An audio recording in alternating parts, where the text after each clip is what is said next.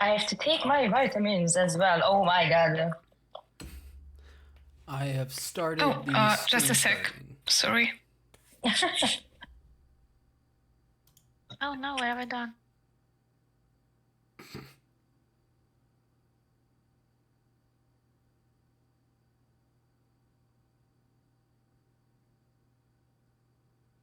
Danica.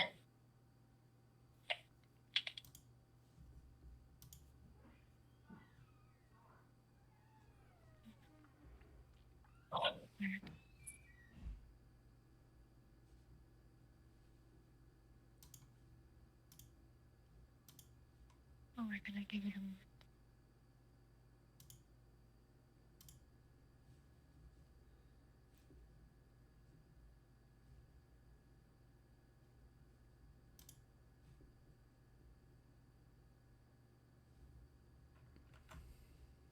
Oops. Says that I'm streaming, but it is not. Enzo.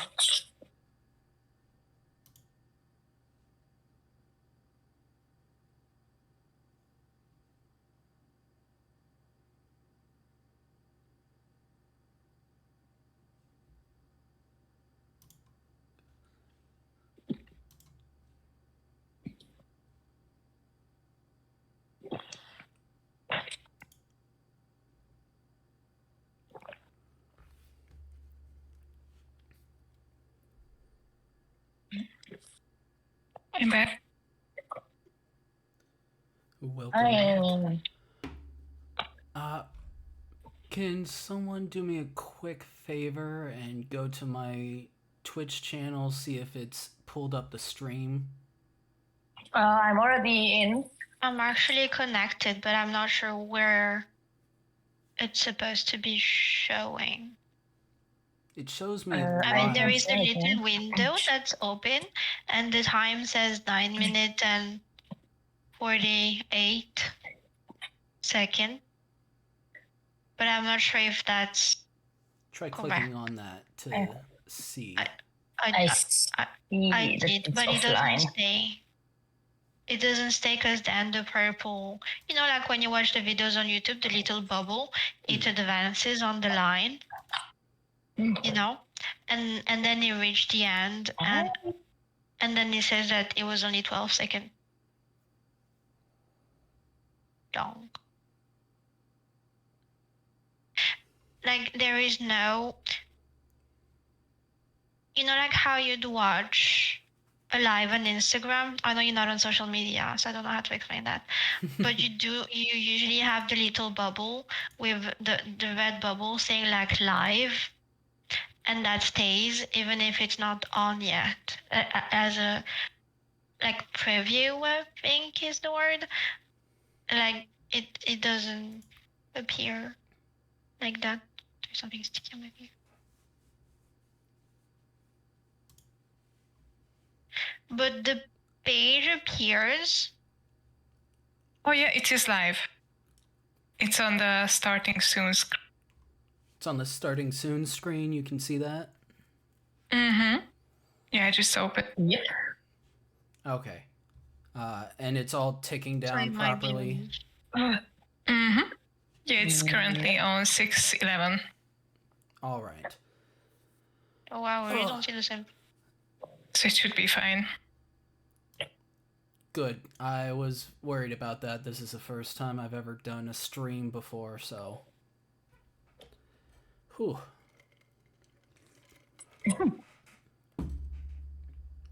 All right. Let me see what's...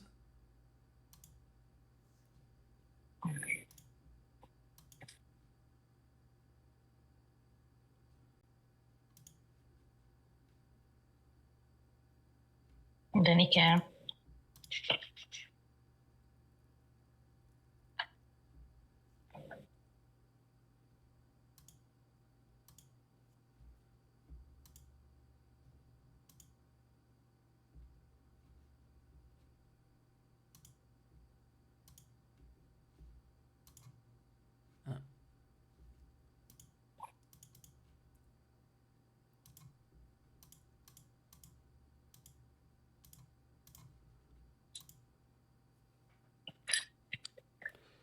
Alright.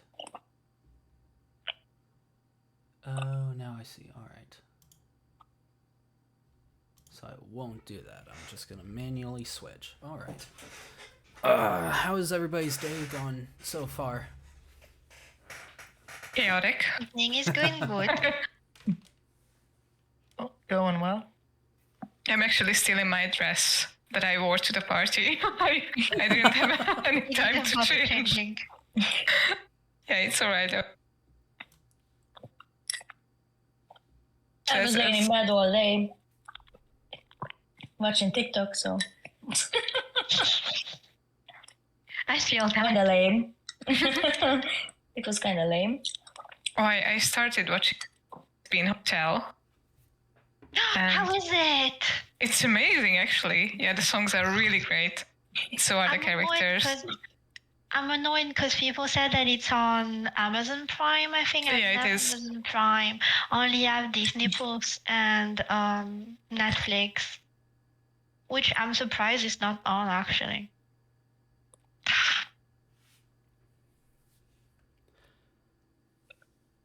I need to watch it.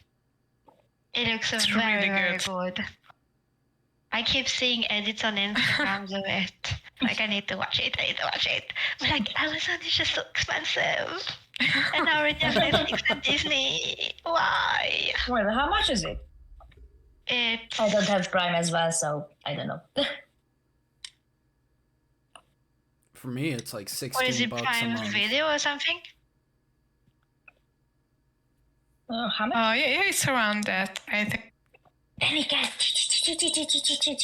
you have your own water. Leave mine. I mean, they have a trial of 30 days. This should be enough. I mean, there are only 8 episodes, so they're Really? like all, yeah, In and the they're like first all season.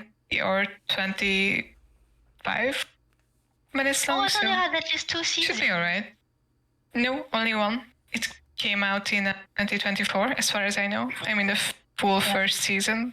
Yeah. Oh, wow. Here it But the pilot says- has been out since 2019. Yeah, 5 years now. Yeah. It says €7 a month or 70 a year. Yep. Oh my god. That is expensive. Real I should- quick I have to remove. before we get into the game, I did want to talk something that I was talking with Em about before, but forgot to bring up to everybody. What is everybody's comfort level with romanceable characters in D&D?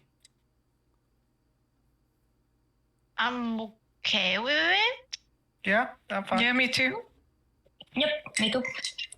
Okay, just want to make sure Just as before... long as it's not like forced upon us. Like it's always like, yes or no.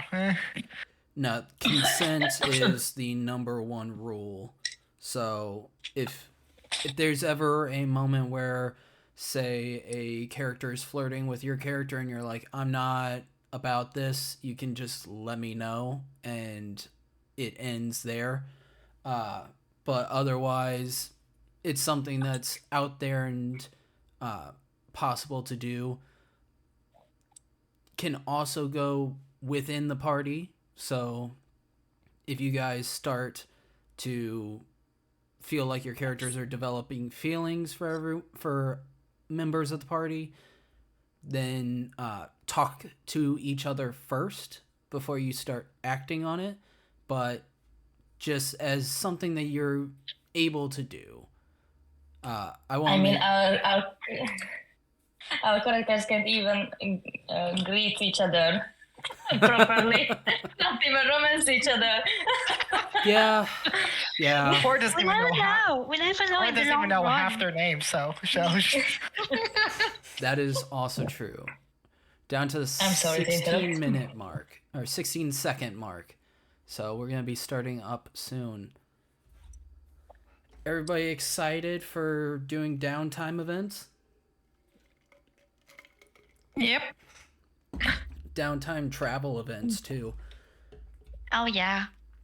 Why not?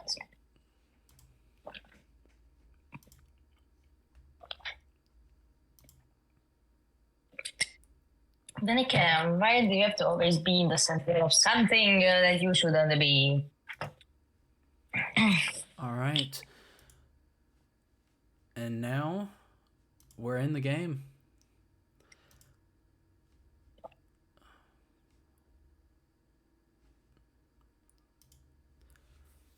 Oh, yes. Hello and welcome to the Legend Run, a Forgotten Realms crusade. I am the DM, Caleb. I've been a dungeon master for about 8 years now, and I wanted to show some new people how to play the game, what to do, and how we're gonna play it. So far, we've been with this group for about a month or so, rounding that. Yeah. For about a month. They are currently level 3 and are making their way towards Baldur's Gate from Phandalin after being able to successfully save a traveling circus that was being extorted and threatened by a group of bandits in the nearby Neverwinter Woods. This group of bandits, containing a bandit captain that very nearly fell one of the party,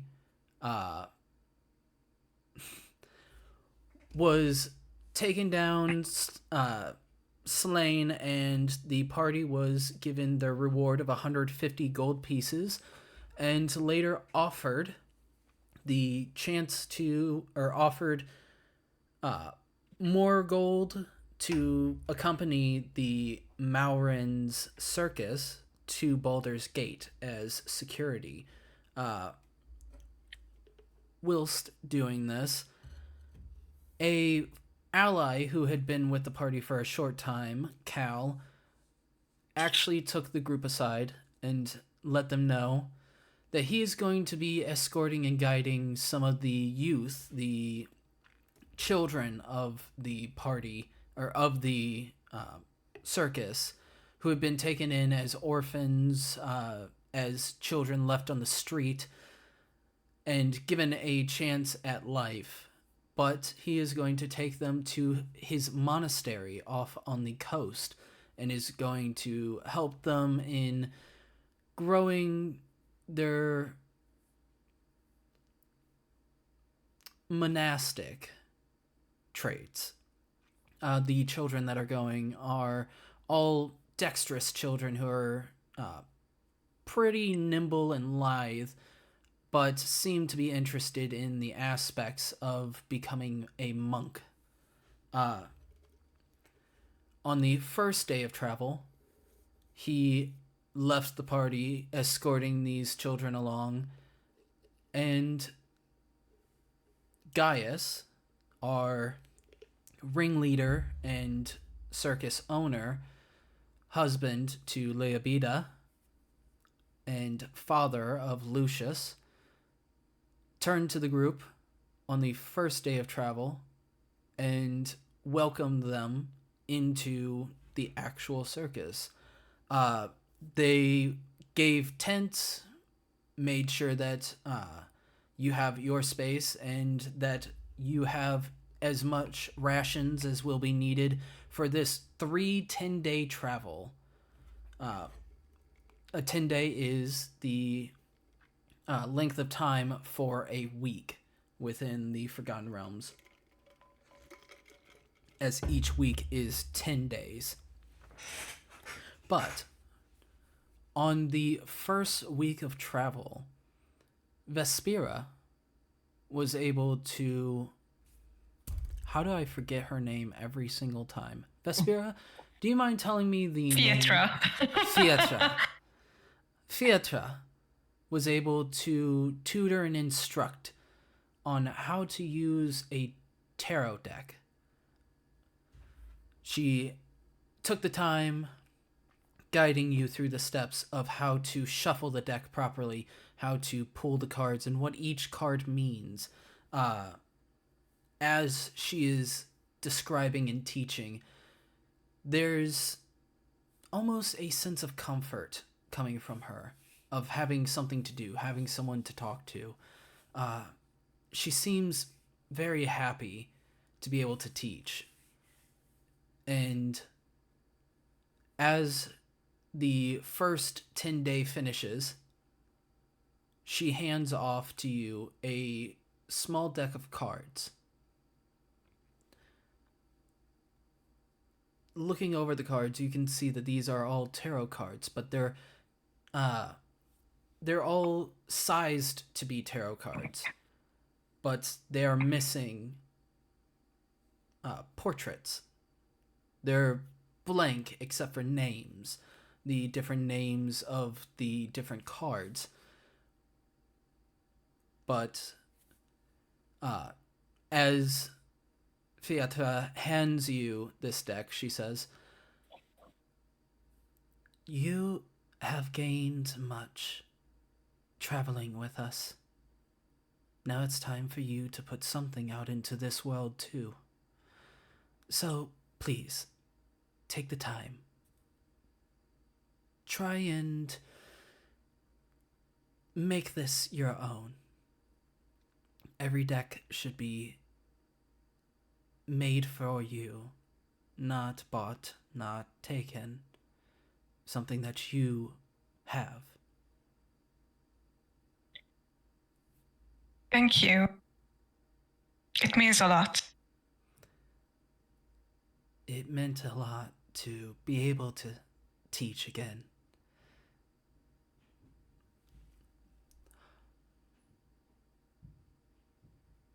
And with that... So, you were a teacher before? I used to be, before, and she kind of waves her hand in front of her face where the clouded eyes show that she is not able to track any movement. Before my vision got too bad for me to continue teaching. It's taken me a long while to even get here to be able to move my hands in the proper way.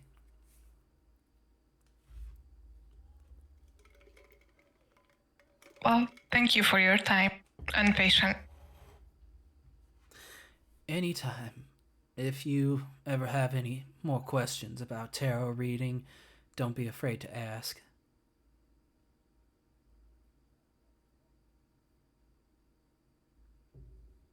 All right. And with that, Vespera turns around and leaves. All right. Nira, what did you do for the first week of for the first 10-day of downtime? Well, after our little fight with the bandits, I returned to the tavern, and I met someone there, one of my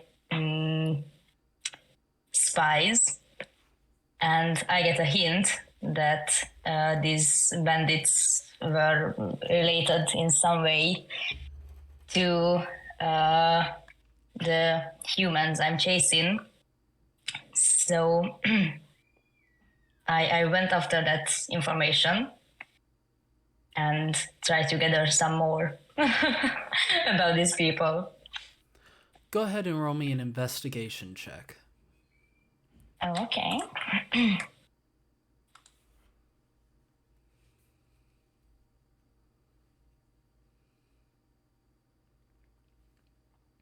Investigation. Okay.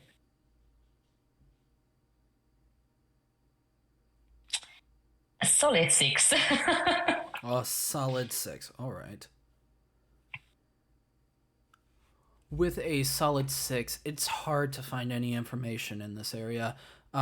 You are on the road traveling, so passing caravans and travelers that are making their way from Baldur's Gate along the high road. It's hard to find anyone who has the exact information that you're looking for. Unfortunately, it doesn't seem like anybody that's on the road is currently either willing to talk or knows what you're talking about. Okay, good to know. Then I'm going to search more later.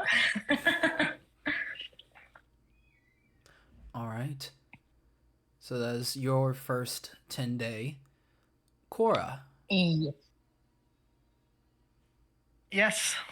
what are you doing for your first 10-day? I think she would just try to sign up for as many night shifts as possible. You know, fuck the sun and all that. She would, but yeah, I'm not sure of like what she would be doing much other than, you know, just kind of keeping watch. I imagine with her being more active at night, she's probably not doing a lot of socializing, but yeah.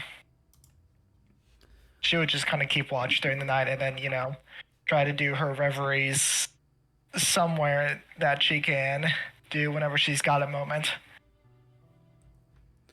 All right.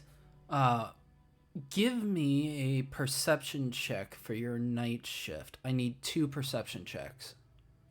All right.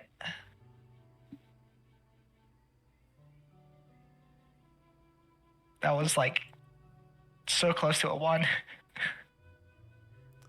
21 and 16. All right. During your third night shift, as everybody settles down and beds down for the night and you stay up keeping a dutiful and watchful eye on the surroundings, looking towards where the mountains begin to pass along the high road on the left-hand side, looking to the coast, you're able to see the moon in the sky. You see the opposition of Loth. And as you spend this third night out, looking at the moon, it seems to grow almost brighter, more imposing. And about 40 feet down, a distance away from the settlement where you had made rest, where the caravan and circus had bedded down and put up tents for the night, you see a beautiful drow woman. Long white hair that goes across her chest and around to her back, as she stands looking directly to you, Cora. Her Like you said, oh, sorry. Her eyes. You said like 40 feet away? Oh. 40 feet, yeah. Yeah. Her eyes are globes of silver, and she almost stands there expectantly.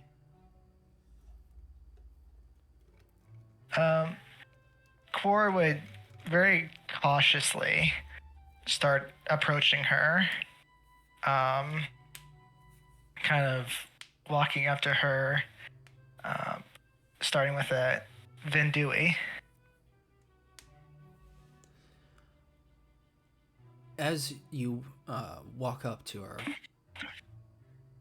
it almost seems like the closer you get, the further away she gets. It's at 10 feet, getting closer to her, it seems like she's moved back 20. At 20 feet, trying to get closer again, move back another 40 feet. It's always out of range, out of touch, out of space. And do you continue to move forward? Cora would stop at some point, noticing that it's only going to get worse. And she tries to call out again. It's like, hello?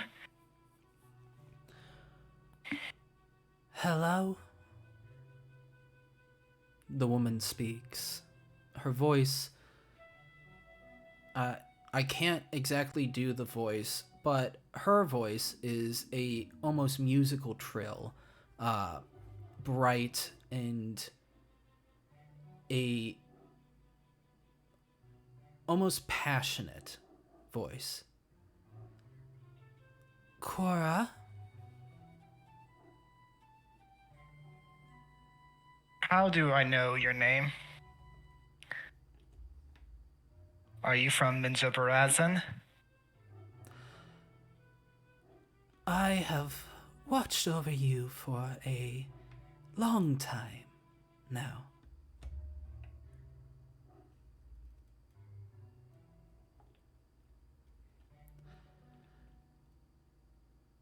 And are you planning on striking me down?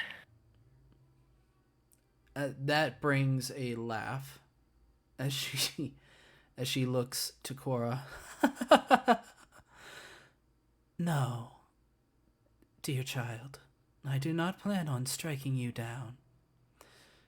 I am simply interested in where your path takes you. It is so good to finally see you under the moonlight.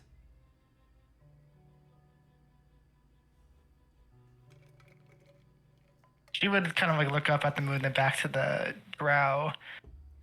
Very cautious and on high alert now. Who are you? I think you know exactly who I am. And I think you know exactly why you're seeing me.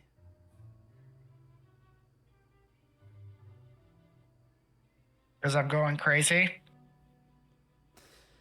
Too much sunlight? Those could be possible answers. But I will let you think on that. For right now, go to Baldur's Gate, and when you get there, look for the Order of the Gauntlet. I am fairly certain they'll help you. Who are they exactly? Oh, And help me with what? they are a group you might fit in with more. And they'll help you with exactly what is needed. But my time and my power wanes, so unfortunately I must say goodbye. But remember, the path of the moonlight is a radiant path that guides those through the darkest of times. And with that, she starts to fade back again, and as she fades back, her form and figure shimmers and turns into a cluster of silver light that swirls on the ground before flying up into the air and pushing through the sky, going towards the moon.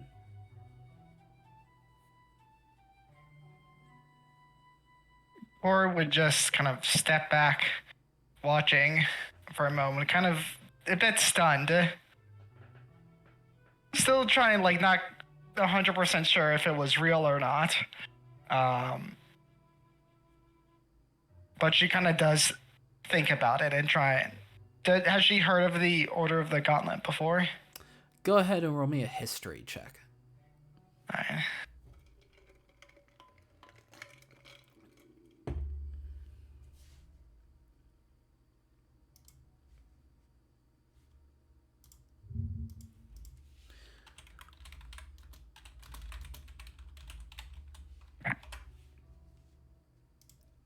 There goes 11.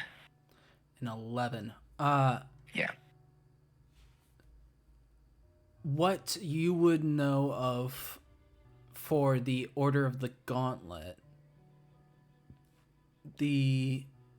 with an 11, that they are typically made up of warriors, knights, paladins, and clerics. They have a... Let me think what... It is mostly a religious order, though they don't seem to stand against different religions. Everybody's religion is welcome as long as it's not something that is of the evil alignment, but they do worship Torm, Tyr, and Helm as the three main deities. I see. She would, I guess, simply just take note of the name and kind of return to the caravan. All right. On your 6th day is when the 16 kicks in. You take this next night shift and looking out into the distance, keeping a silent vigil, a voice comes from behind you. A familiar voice. The voice of Leobida. As you turn to look and see that Leobida is coming up to you, she says, Cora? Sorry. Go ahead. I would just say Cora would just turn and kind of tilt her head like, yes? Tell me, Cora, what is... And she takes a moment to think. What is the best way to maintain a sword?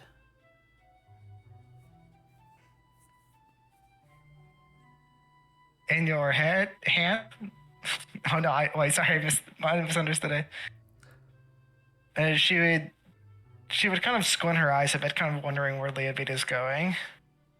Usually, you would clean it after battle using various oils and whetstone to make sure the blade stays sharp and to prevent any chipping.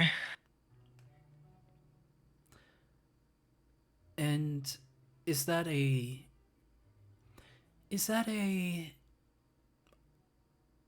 strenuous activity? Is that something that you have to use a lot of force with?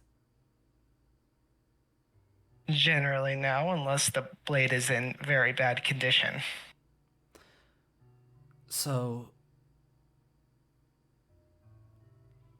when a blade is in bad condition, you need to put a little more effort into it, do you not? Or just scrap it and melt it down and turn it into something new.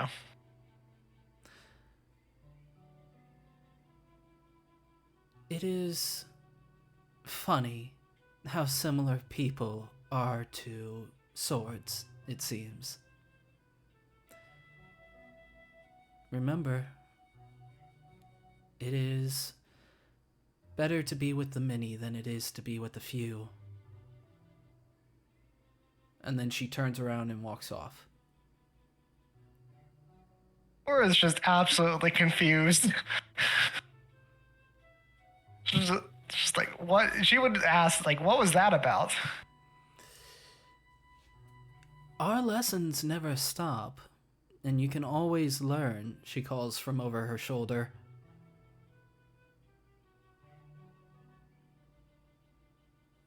I think I've learned plenty.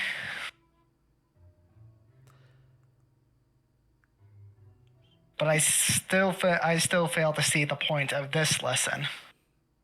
At that, she stops, but doesn't really turn around. Cora, the point of the lesson is to treat people as you would your sword. Maintain A good, tool? maintain good relationships, and who knows? That sword may be able to save you sometime. And sometimes swords need to be replaced. If you do not care for your sword, then it will need to be replaced. But do you really want to find a replacement sword in the midst of battle?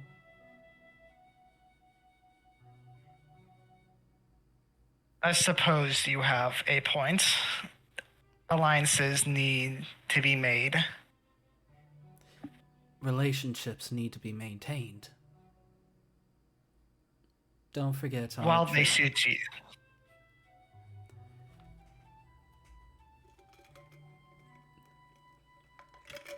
You're just like, very, very well. I will. Thank you. I wanted to make sure. And then she heads back off.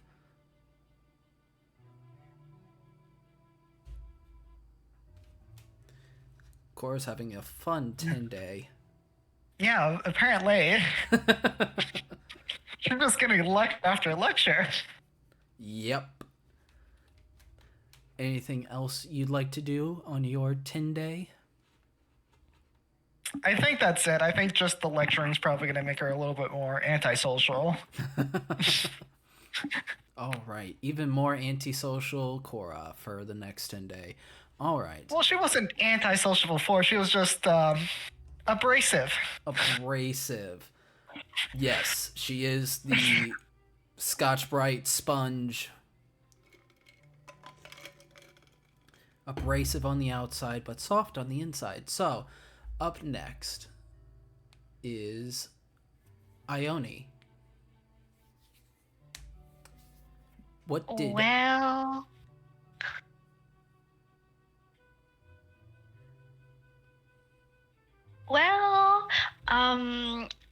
I believe during day travel time, she would. So first of all, she's still not okay with the sun, so she would be still like following the how do you call that, like the cars, like the people, but she'd be walking with in like the tree lines whenever, as much as possible, when she sees like shadows, but still close enough so like she can still see people and hear, and like, well, she's not really going to converse with them because clearly there's a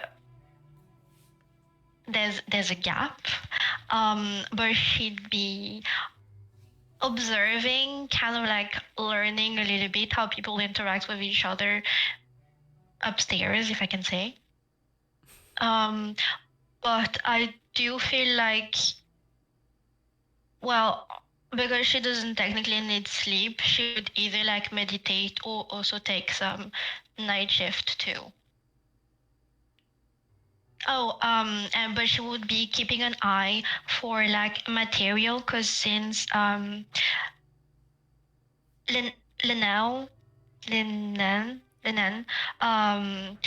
taught her how to mix things for healing potions, she'd be like keeping an eye out for whatever material she would need to collect, and obviously she'd be curious to see if there is any passageways along the travel that could be like, oh my god, is that a way to go back home?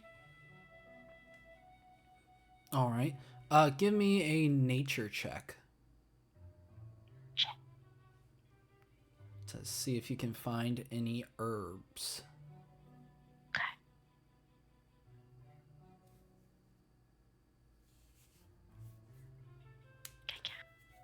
7.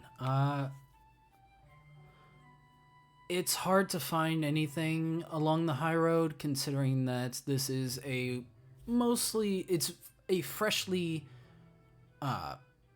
traveled road. It's well, it's maintained, but it's also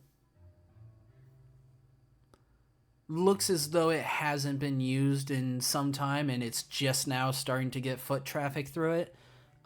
So there's crushed herbs along the sides of the road that wouldn't be of any use, considering that they've been damaged and destroyed. It's hard to find anything that's going to be of use to be making either healing potions or anything else.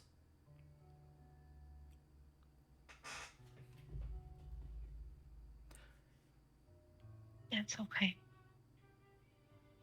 Anything else you like to do in your 10-day? No, she just keep an eye out around. Keeping an eye out around. All right. At the end of this 10-day, when the group finds itself to rest, whatever times that may be, and for the elves, for the 4 hours that you rest, dreams come to you all. And we are going to do our first dream sequence. I hope that everybody's ready. No. Of course we are. Tier worst. For everyone. Oh, just for that, Cora's going first. Oh no, wait. wait. I am absolutely going with Cora first. Oh no. Cora. Going down for your meditation, your mind still caught on the previous lectures that have come to you from the mysterious drow woman who you may or may not have an idea of who it was, and Leobida. As those thoughts move through your mind, you find yourself in that meditative state, and as you're in this meditative state, flashes of memory come to you. Flashes of what happened come to you. You remember your sister. Or, hold on.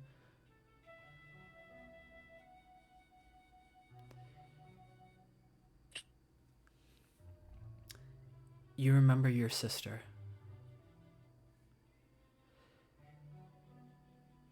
The multiple attacks and assassination plots against you, typical of Minzo Berezin.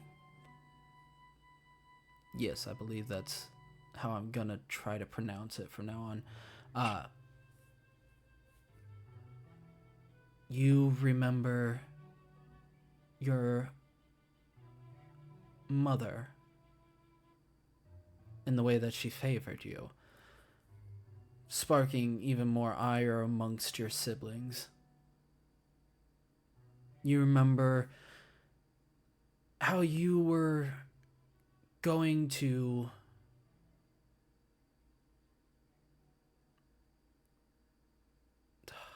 why my brain, sorry, Good. I'm currently skimming over your backstory right now, so I'm trying to get everything.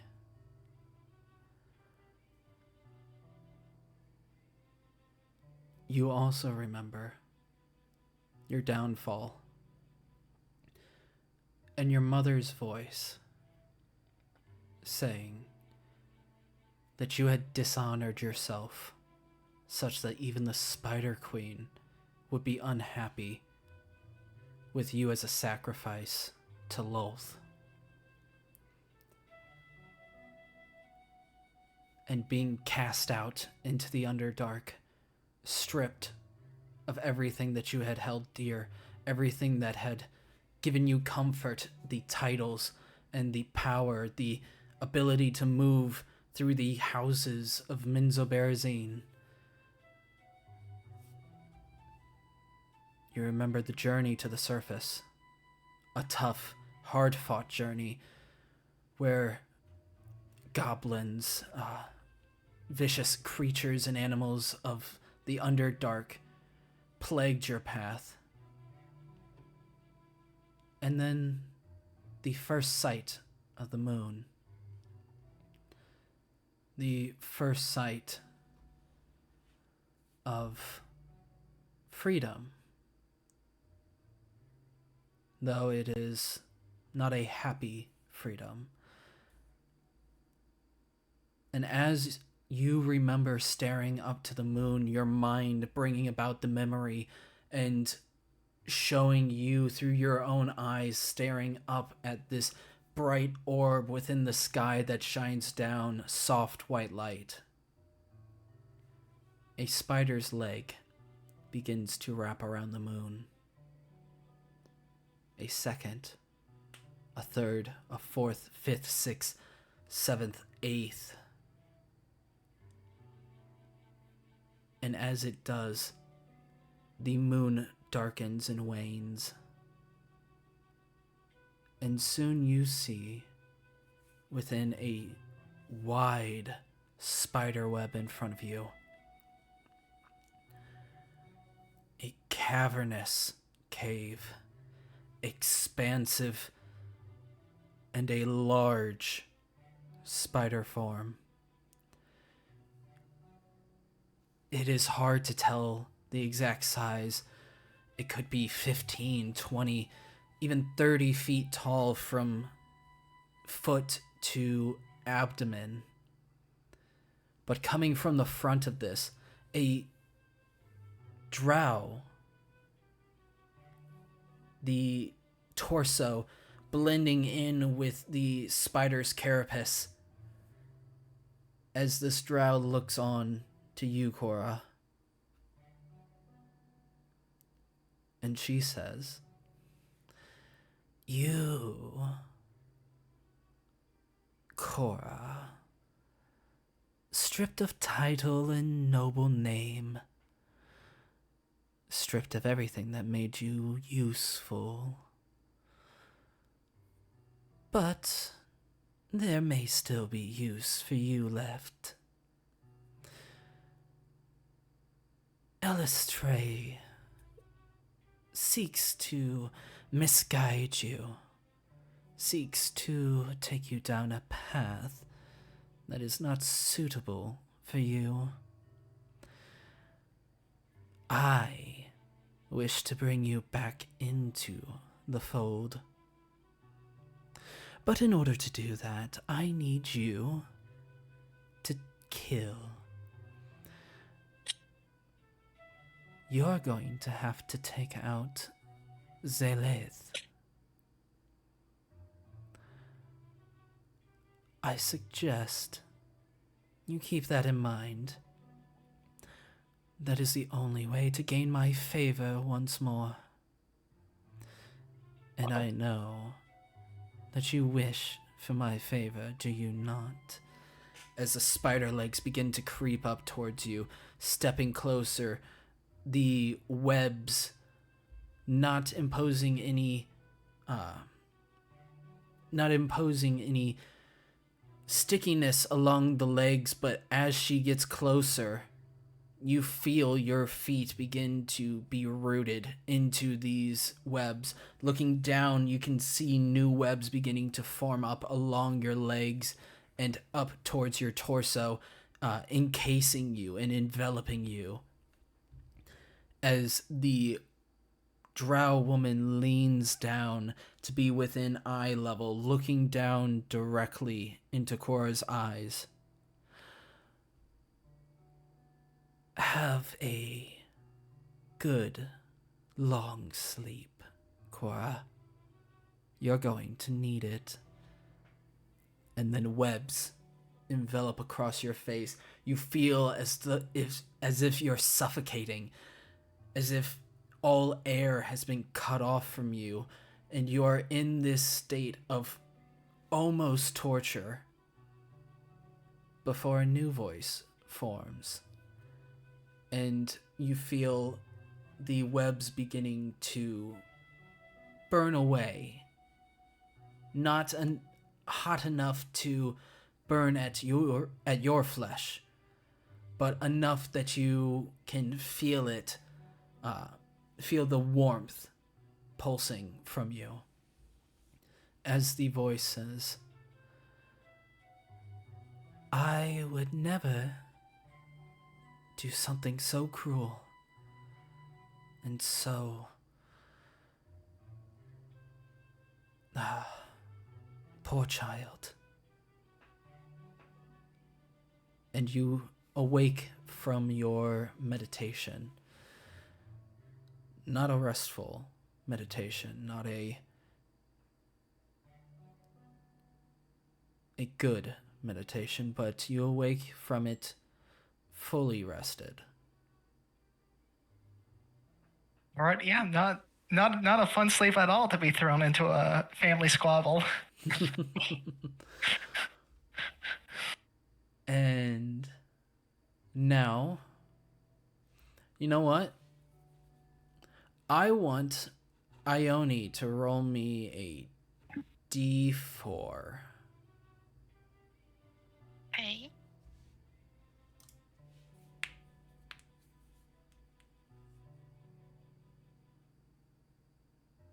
And it's a 4. Vespira is up next. Okay. Vespira, as you lay down for the night, closing your eyes and taking the time to relax, letting your mind relax after the 10-day of learning tarot and being given your own tarot deck and being given your own chance to make something new, make something your own. Your mind wanders, and as sleep overtakes you, memory comes to you as well.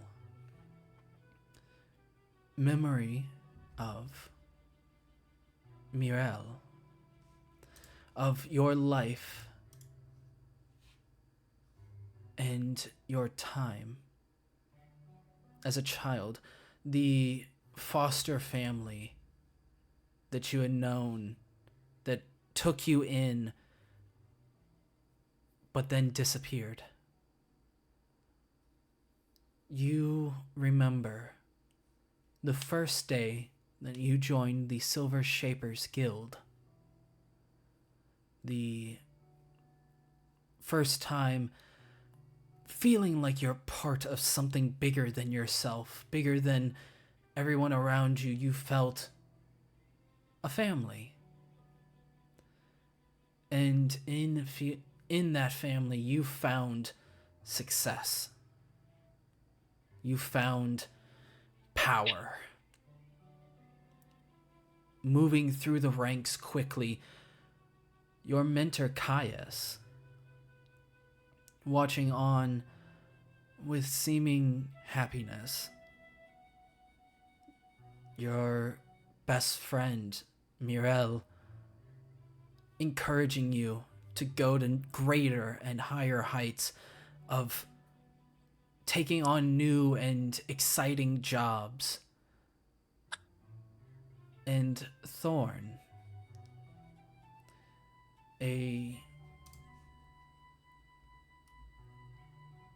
comrade, a warrior, someone that you had started to make a friendship with as well.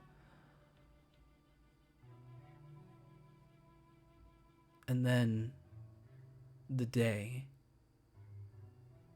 when you got caught, when you were captured, taken, and thrown into that dank cell, falling into the dungeons.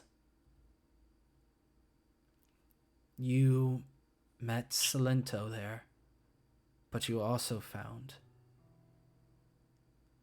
that Mirel was outside of your cell. And as the dream stops from this memory and focuses in, you see Mirel standing next to Caius, each holding hands. And Caius looking at you with a blank expression, no emotion, no sign of recognition. This is a empty shell from what you can see. You see Mirel smiling, and she waves. And as she speaks, it's like listening to a person speaking down a long hallway. Well, well, Percy, it is so sad to see you so small and laid bare. I guess this is where you always were meant to end up. Oh well. Do not worry about Thorn. I will take very good care of him. Isn't that right, Caius? And the head of Caius nods slowly, almost as if someone had attached a string from the top of his forehead and let the string go loose before tightening it back up slowly. The dream switches and fades to a new scene. The escape that was given to you. Salento, the wizard who taught you, who gave you your oath, who sacrificed himself for your escape. And you remember the day, the sad smile that he had on his face as he held back 4 guards with explosive magics and terrible power. And he looks to you, Vespera, and he says, Persephone, do not be guided by vengeance. Do not lust for revenge. You will not find any comfort in that. Fly. Be free of your chains. No longer be held back.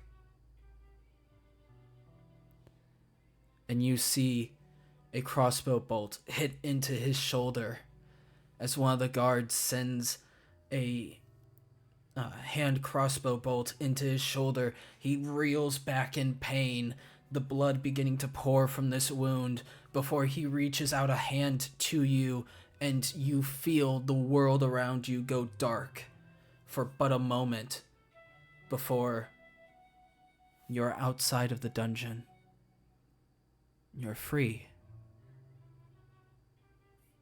And as this moment comes across you, as you feel this time, this moment of clarity,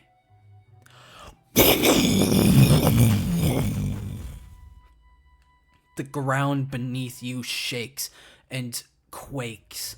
The dungeon, the oubliette that you had been locked into, the jailhouse that had been your home for several months, begins to crumble and fall into the dirt.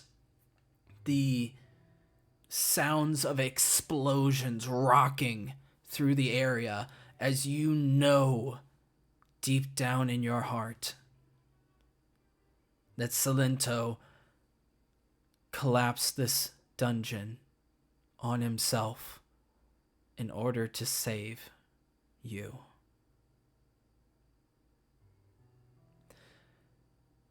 And as that realization passes through your mind, you awake at the start of a new 10-day. It was not a restful sleep. It was not a good sleep. But it was enough to do what needed to be done to keep you from experiencing exhaustion. But it plays in your mind for a good half of a day. And with that, we're going to move on to our next person. Nira. Roll me. I'm ready to cry. Yes. Real quick, Vespera, how do you feel about that? Well, that was an incredible amount of emotional damage right there. So thank you very much. You are welcome. All right. Yeah, Nira, roll me a d4. Odds, it's you. Evens, it's Ione.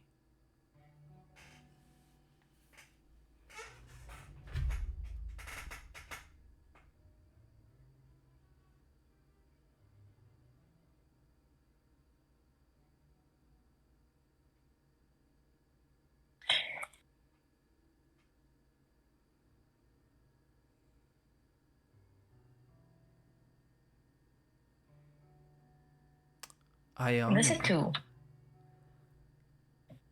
It is Ione's turn. I'm ready. You say that, but you know. I know I'm not.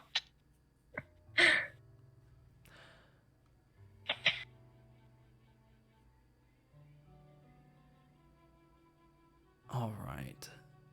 Looking over your backstory right now. Ione, settling down for your meditative state, the past 10-day uneventful for you, unable to find the necessary herbs, but mostly keeping out of the sunlight so that you are not blinded the entire time. You bed down for your last day of the 10-day. And as you do, closing your eyes, a familiar smell catches you. A familiar and very traumatizing smell. The air around you smells of blood and decay. It is cold and dark. Darker still than even your dark vision can look through. And as you fight through this memory, you remember climbing out of the mass grave that your sister had caused. You remember the day that your matron mother was slain. And you remember the day that your sister came to you.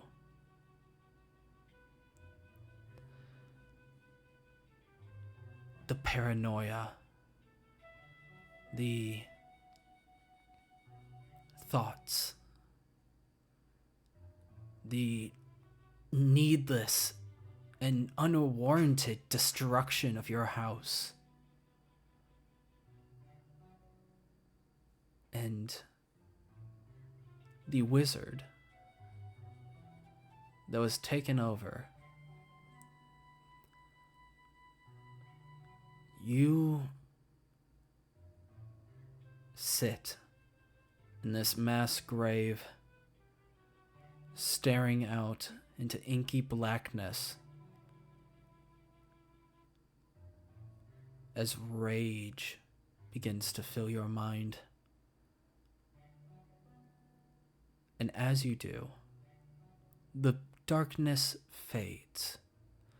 You're able to see now. You're in a large cave. A spider's cave. The webs surround you, Ione, but for some reason it seems that you are not bound by them, able to move freely. But off in the distance, you see a massive spider carapace, the size unclear, larger than any other spider you've ever seen before.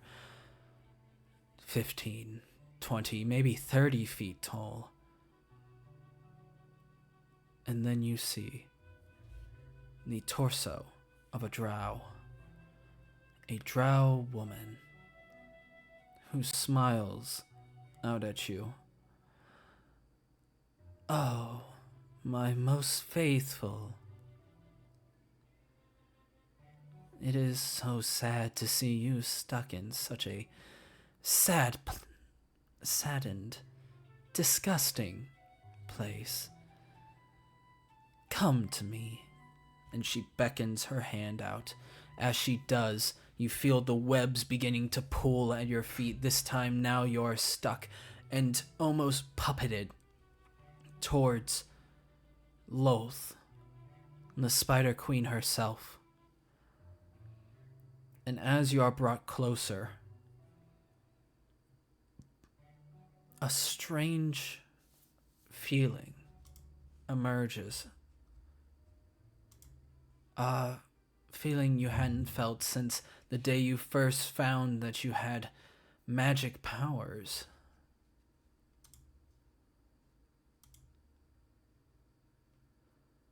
A warmth that begins to spark within you.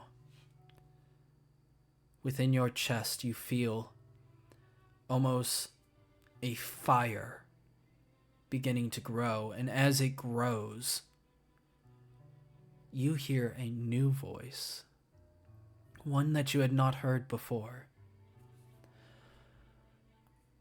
Ione. No, hold on, it's actually Ione.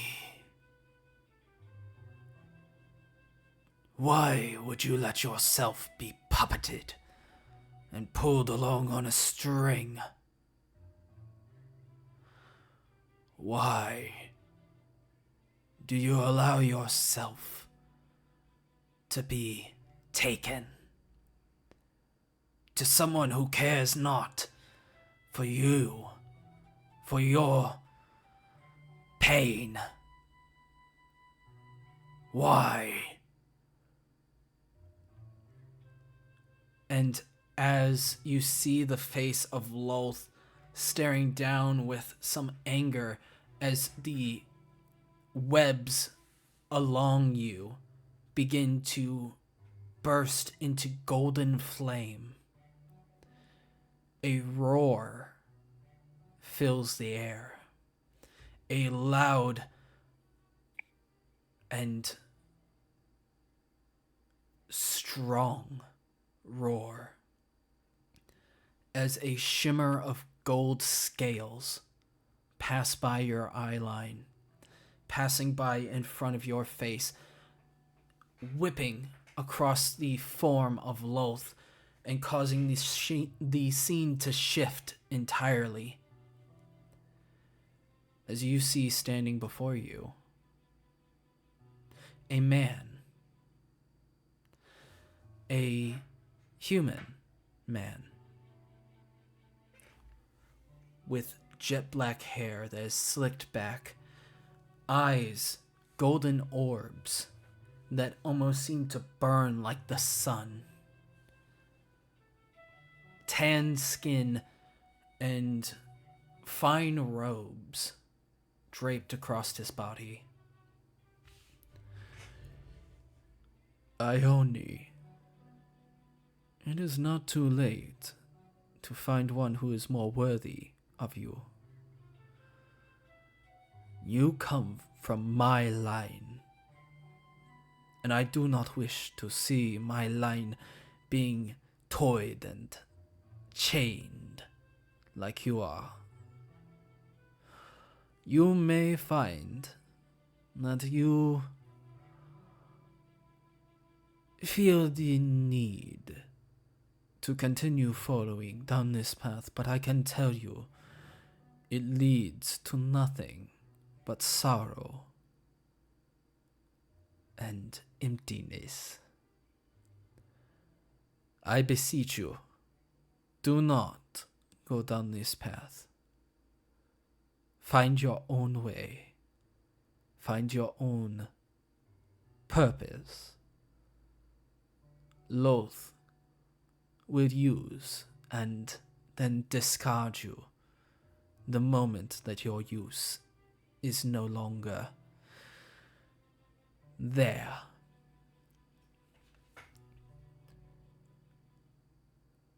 I can guide you to a new one, a new path, a path where you stand above all. But you will have to learn the surface. You will have to learn exactly what you are to do while you are here. So, I recommend try embracing the surface while you can. It will guide you well. And at that, he opens his mouth, opening it wide, the teeth of the human now changing into draconic fangs and sharp teeth before the neck begins to elongate, the face widens, and the body expands, wings bursting out from the back of this man, this creature, this dragon. And you see, standing before you, a massive gold-scaled dragon. You are to find a new purpose. I hope not to see Loth here again.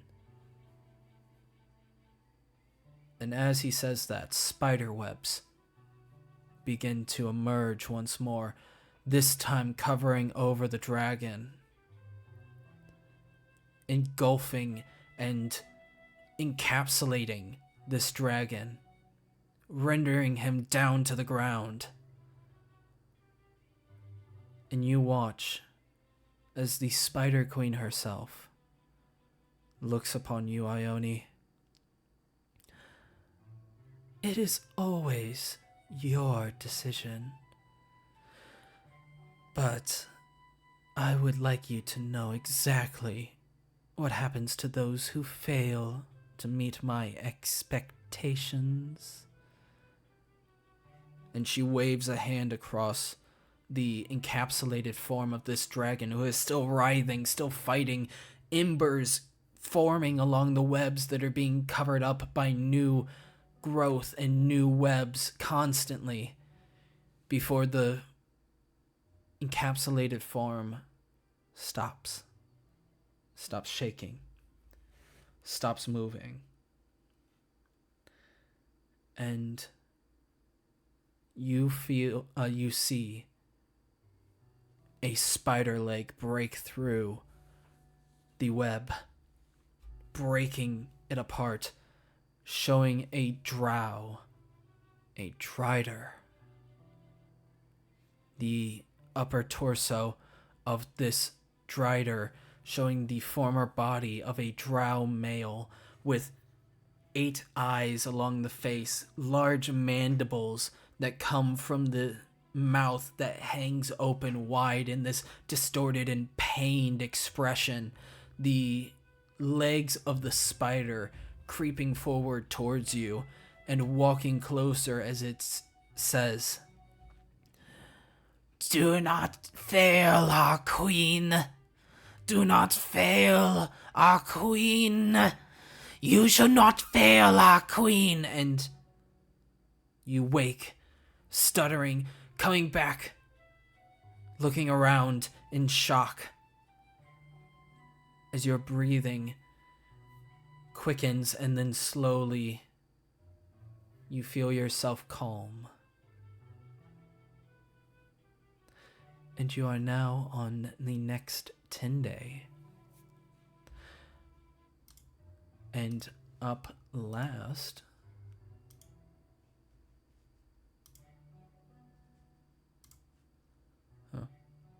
Up I'm last. shaking. Thanks for the trauma.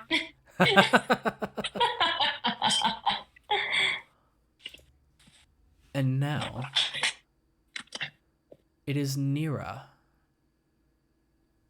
Last but not least. Last but not least, and hopefully not the worst.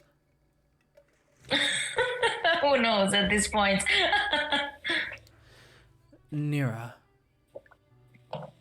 as you go into your meditation, as you find yourself coming to rest on the last day, you close your eyes, and memory comes back. Your time as a Starfall within the noble house of Starfall. Learning how to navigate the night sky and interpreting celestial omens. You remember your mother as she taught you archery, taught you how to properly string a bow and what woods work best for what kind of archery you're trying to do. You remember the day that your blood red hair had started to whiten, had started to turn. And you remember your little sister, teaching her how to hunt and how to read the stars. And it is this dream, this night spent with your sister, Lithril, that your dream stops on. The night where you both spent your time out in the nearby woods of your family's manor, staring up at the stars above. You teaching her what each celestial body is named and showing her the exact paths between them. As she looks over to you, a bright smile, and she says, "Thank you, sister, for always being there for me.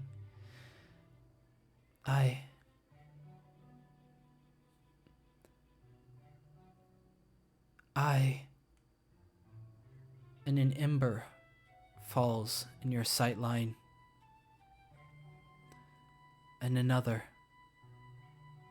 and suddenly a shower of sparks, a roar of fire, a pain of smoke, burning your eyes, blinding you from the sight of your sister. You hear the sound of laughter. You hear the sound of screams of pain. and you see your city burn. Your people burn. Your father stabbed through the chest as a human laughs and says, "Oh, this was easier than I expected. All it took was a little hunting down and we found her already. All right, boys. Time for the hunt to begin." And you run. You turn, trying to grab Lithril, trying to take your sister with you, the only family you have left, the only one that you know of. And you run before an arrow whizzes by. Another, a third, a fourth, a fifth, all of them passing by, getting closer and closer and closer until you hear the scream of your sister as she lets go of your hand, falling to the ground and tumbling, an arrow sticking out of her calf. And she cries out to you, "Please, don't leave me. Nira!" Before the laughter of the humans follow you, and you see a net fall on top of your sister, tangle her up, and then begin to drag into the darkness, being pulled as the cackling of these men fill your ears and fill your mind. And you run. You move. And it is painful until you find yourself in a tavern,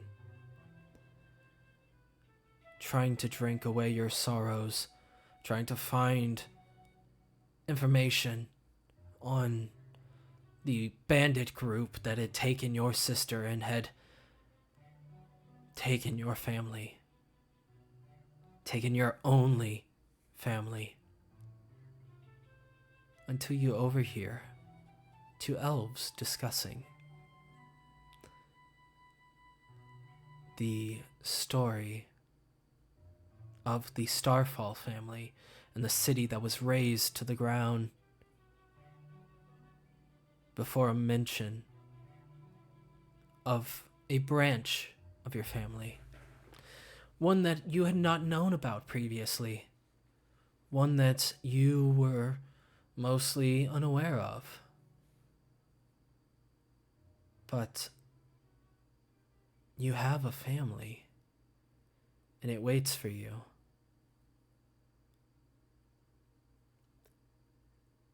And as you turn, this moment of clarity of knowing that there is somewhere that you could possibly belong to again, of somewhere that you could bring your sister to if she is alive, which you hope and pray deep down inside that she still lives and that she still remembers you.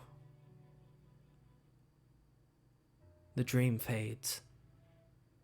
Right as you see the elves beginning to speak of the city, the dream fades, and you cannot recall the city name.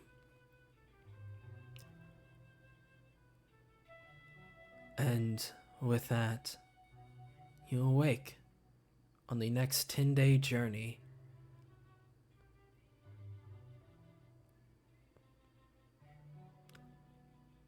All right. All dreams are done. I'm just about to cry. I just woke up shaking and sweaty and stuff.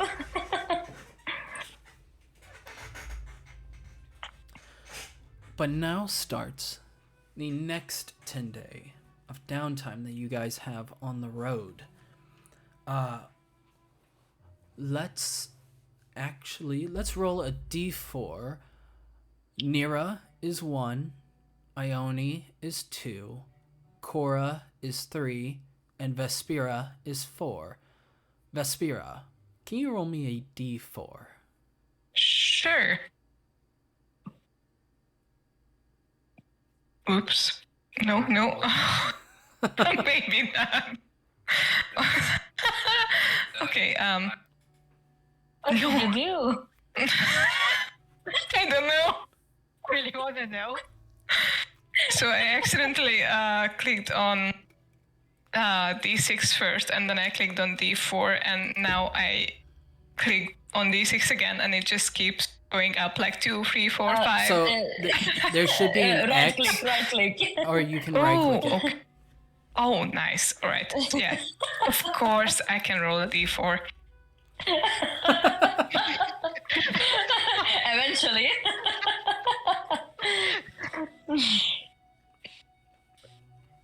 Okay. It's a 3. 3. Cora.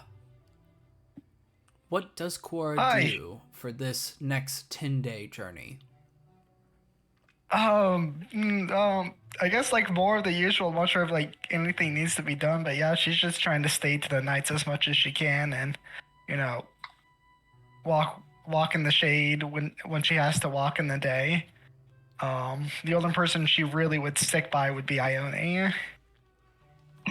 All right. Anything specific with Ione, or just sticking next to her? Not so much, but like answering questions if she has on the surface or anything like that. Nothing specific though. All right.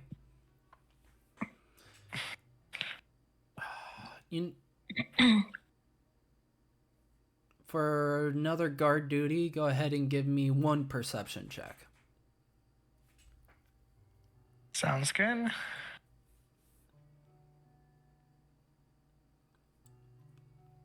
The nights have been cloudy. It is even darker than it normally would be, as the clouds have started to cover up the moon. The moonlight guiding you previously now no longer there. It is...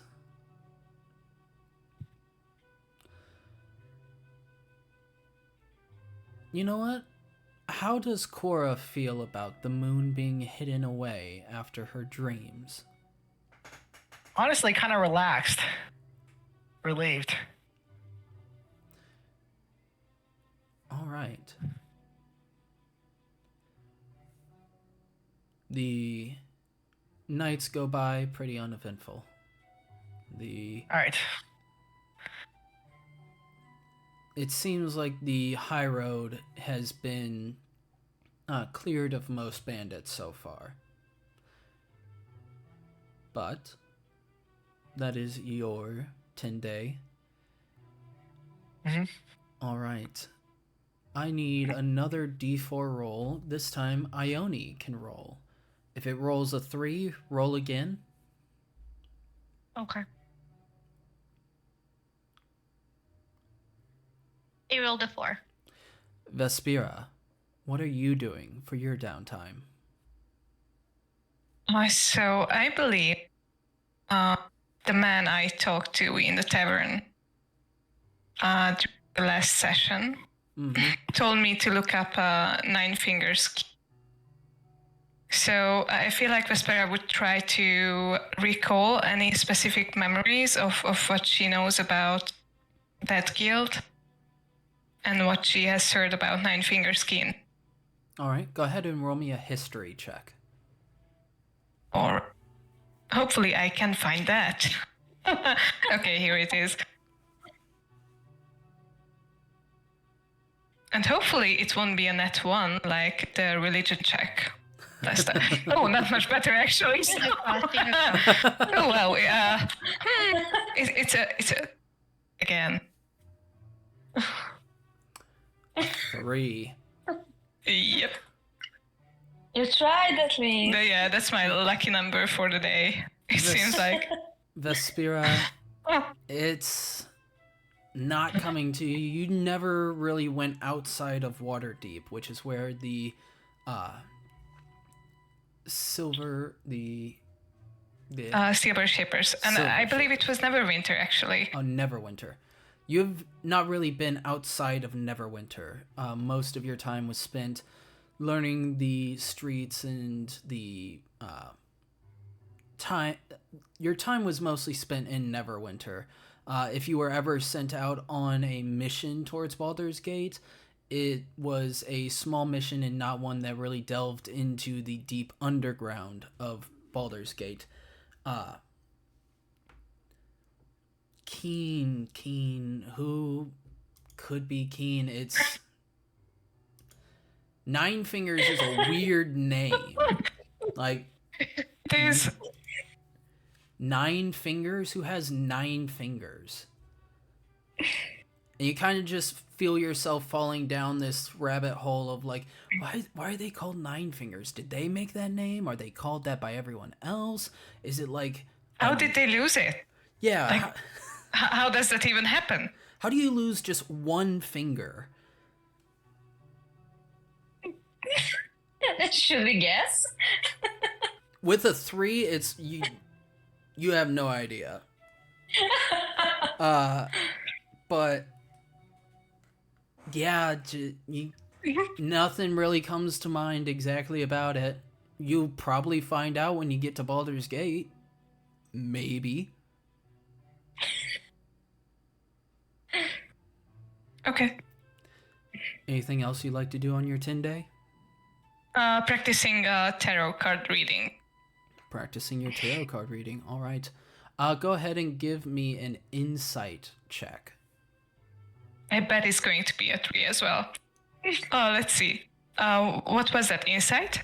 Insight. Hold on. I need to actually do something. I gotta make sure that you have. Okay. Let's see. Vespera. You might. You have... Yes, you do. So never mind. You're good. Go ahead and roll that insight. Okay. Alrighty.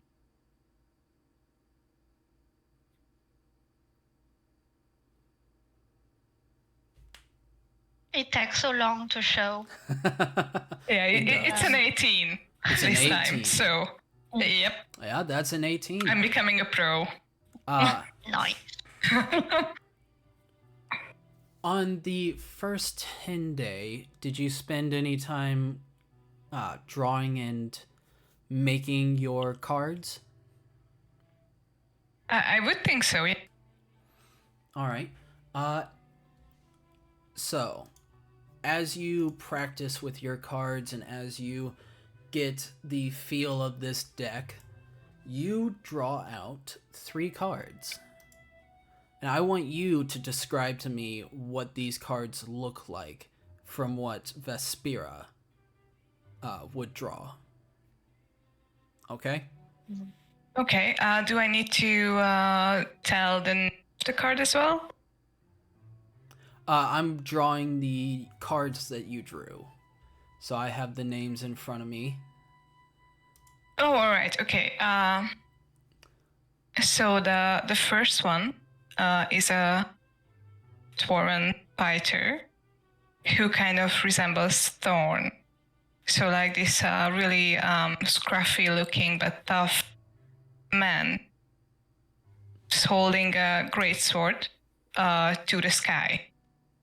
And he has a determined look on his face. This one is labeled the Sun. All right. The next one...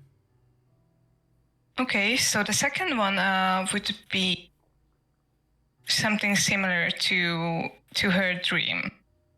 So like an elven woman holding hands with a man who kind of resembles a puppet. And the man seems like totally oblivious. But the woman has a snide smile on her face. This one is the hermit.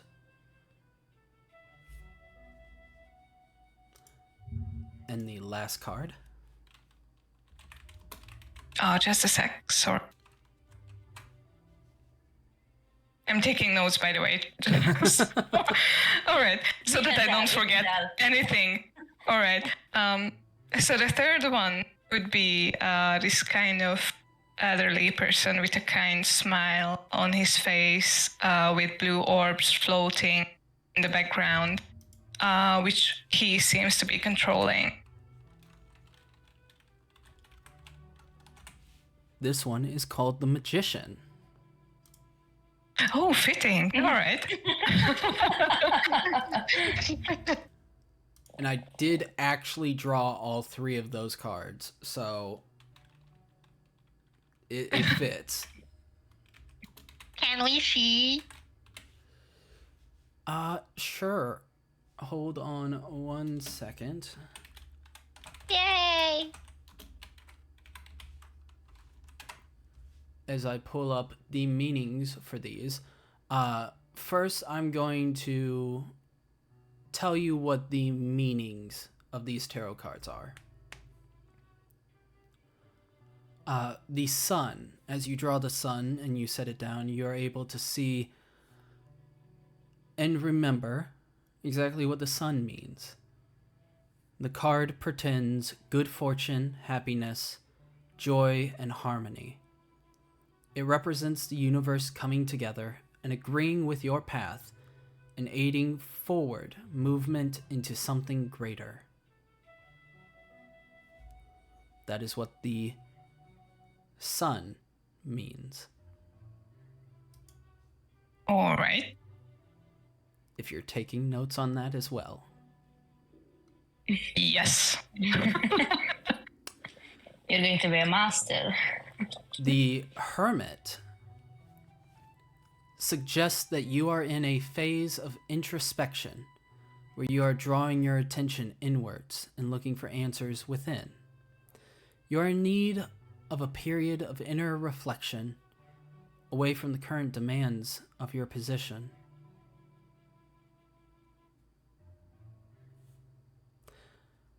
When you set this card down, it was in reverse. The shuffling of the deck causing you to flip it facing upright, but upside down.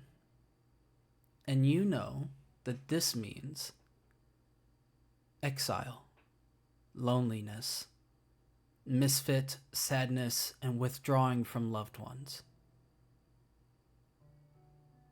A fitting place for the puppet and the master.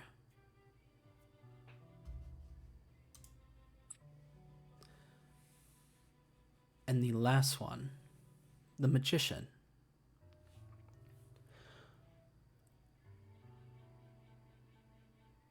When the magician appears in a spread, it points to the talents, capabilities, and resources at the querent's disposal to succeed.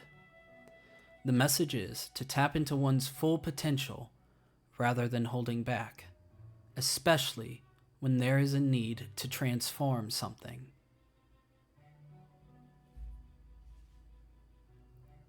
And now, Nice. All right. now to share my screen so I can show you guys. Oh. Nope. Here. All right. Stream. This one.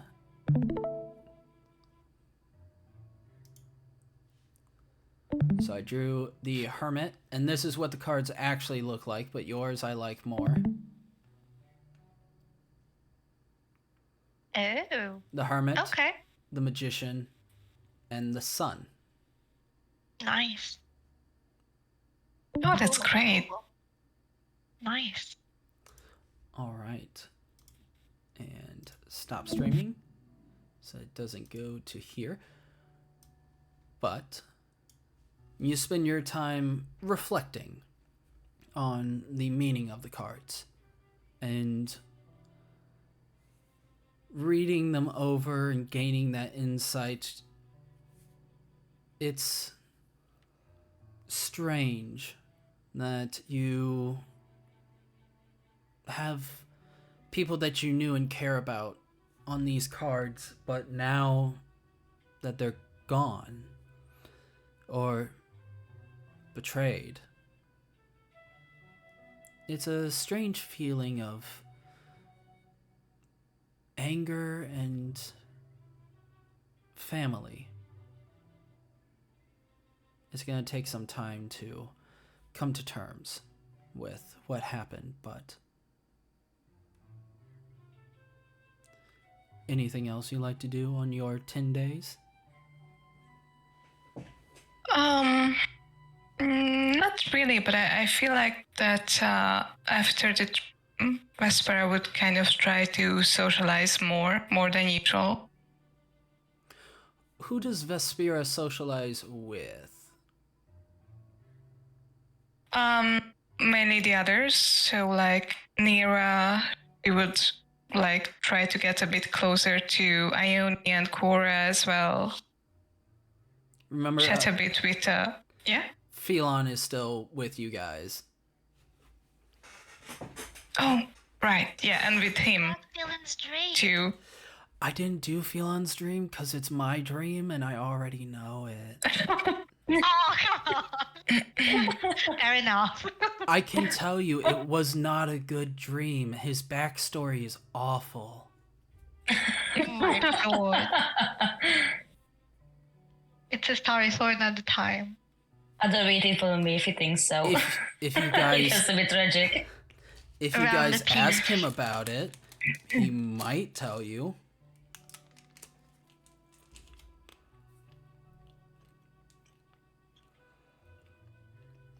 But basically that's all.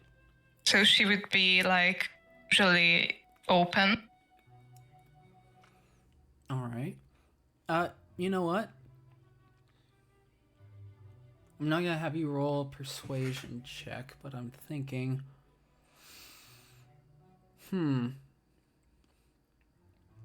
Roll a general charisma check. Okay. Let's see. You can socialize or not. Not a one, not a one. Oh, okay. So it's a 15. A 15. Lovely. Okay. It's a 15, so you don't just go up to people and go, "Ha."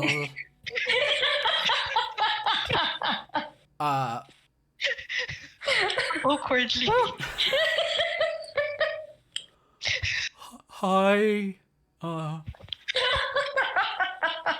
Is it okay to talk to you? No. You actually, you're not used to being sociable after everything that's happened to you in your life. But after the reading of the cards, you find yourself having this strange confidence, this feeling of being in control, of finding your own path. It's a new feeling. And Cora, Ione, and Nira, you all notice this change in Vespera, the blue tiefling that has joined this group of elves.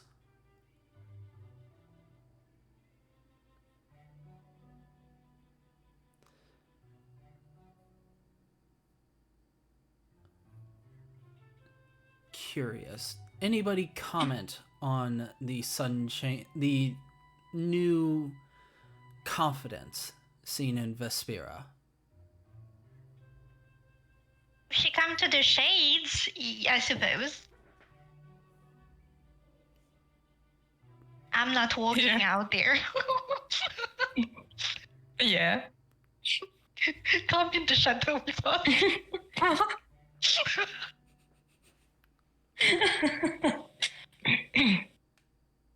um, um, You guys can RP this out if you like. I was thinking about some. So like, if she'd come over, I think I'd be like eyeing her up and down. Like, I think the correct word is seizing her head to toe. Are you coming for the shade as well? Terrible thing. Terrible thing. Oh yeah, the heat is actually a bit too much for me. Wait, would you have went and speak to the others before, or did you just straight away came and? I had a little chat with, but I thought I'd just check up on you, see how you are faring. That's. Are you feeling okay? Yeah, I had a couple bad dreams recently. Have you had any of those?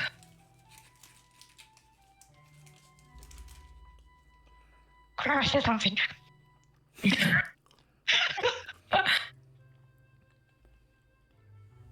It depends what you call a bad dream. I think I could call it straight out traumatic. Like visions from my past that I've tried so hard to like push down. Oh. Those. I guess so. I've been meaning to ask you, what are those strange looking papers you've been carrying and over engaging with for a bit now? Oh, they are tarot cards. Fietra gave them to me. She kind of taught me how to do a reading. I know it sounds stupid, but I find it strangely comforting. What do they do? Do they tell you your future? Kind of, yeah. Would you like me Sounds a to? little bit like So, she sold you a story there. you think so? I mean, you're free to believe in whatever you want, but cards telling the future. So you don't have like any similar things in the Underdark? Like fortune tellers? Excellent question. I think seers are things. They are. Well, I wouldn't know any personally, and I don't really believe in those kind of things. Just a bunch of charlatans.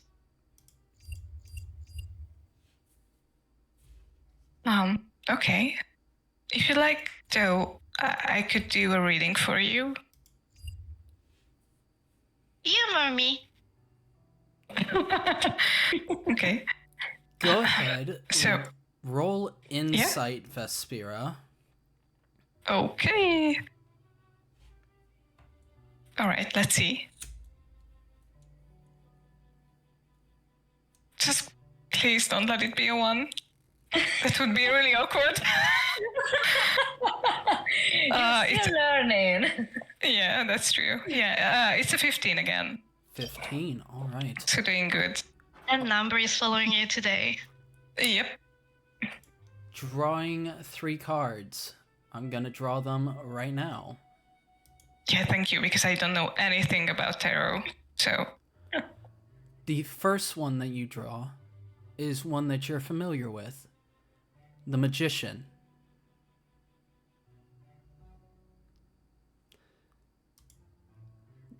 The second one is called Judgment. What does Judgment have on it?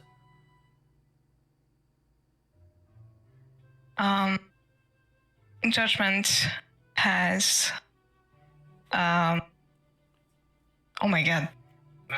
So I feel like Judgment has a prison guard on it who looks down at a prisoner. All right. And the last card that you draw is known as the Fool. What does the Fool look like? Kind of similar to Vespera. So basically, she drew herself. Oh my god.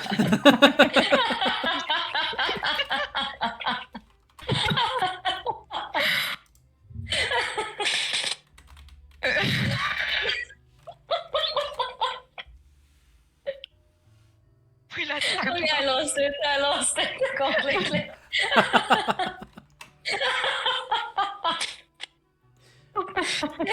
What is Vespera wearing as the Fool? I need a tissue. Like the rags she used to wear in the dungeons. So like symbolizing how she fell to her mate's trap. All right. You already know what the magician means, correct? Yep. Yep. Judgment. This card is referred to as a time of resurrection and awakening, a time when a period of our life comes to an absolute end, making way for dynamic new beginnings.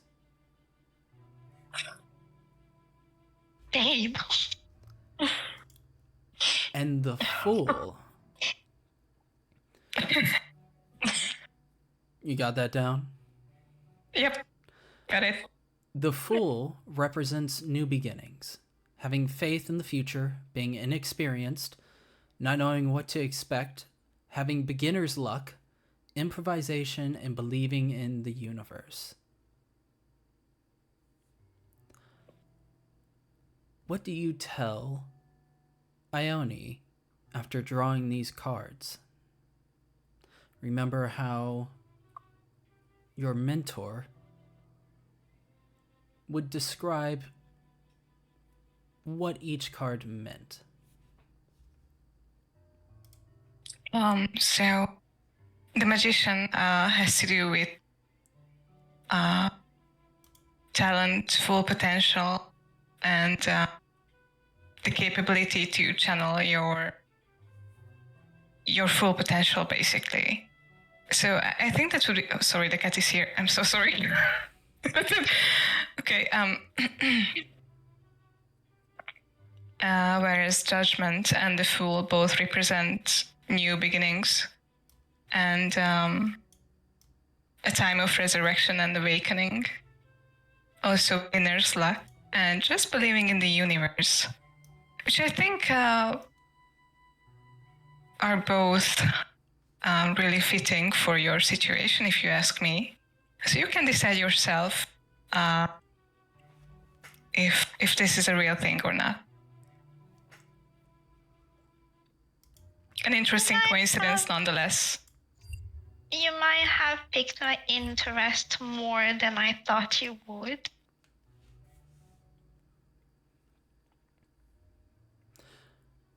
Well,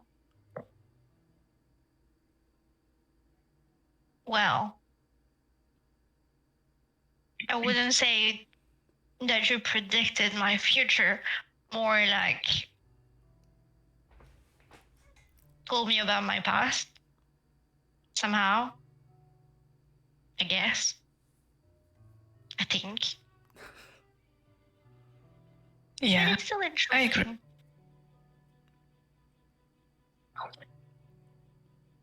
So how have you been lately? Like since being up here?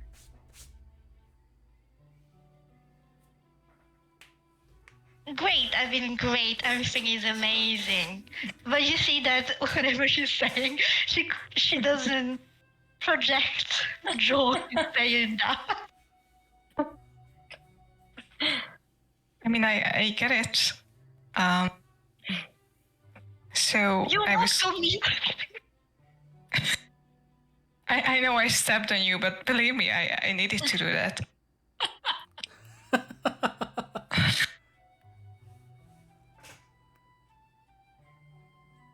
I mean, I had to take down those bandits as soon as possible.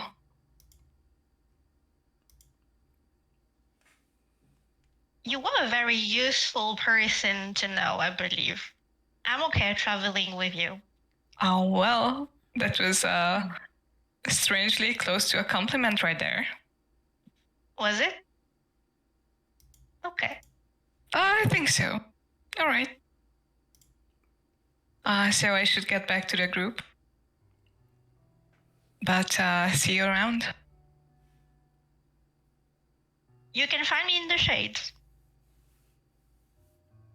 All right. So with that, Vespera kind of turns around and leaves. Cora, you were there Rita? for that entire exchange.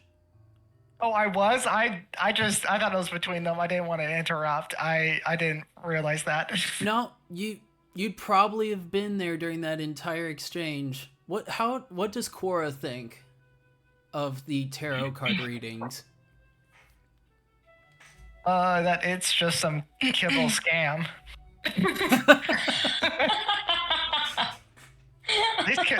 These kibbles don't have anything of worth, and they're just out there scrawling like alley cats for gold. All right. I mean, she didn't ask for any gold. Then that's her issue and That's her her loss. She's not a I bad feel character like- to travel with, but I mean, that was odd. Yes. I don't remember talking to her before. I mean, I haven't been talking to most of these others. Is it such a bad thing, though? It's best not to get attached. They have their uses, but when that use comes to the end, there's no need to keep them around. We both know this.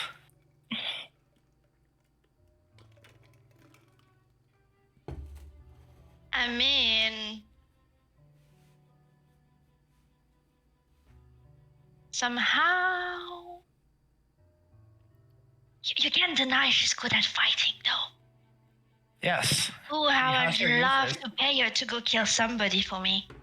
I have not denied that she has her uses, but she is a Kiva.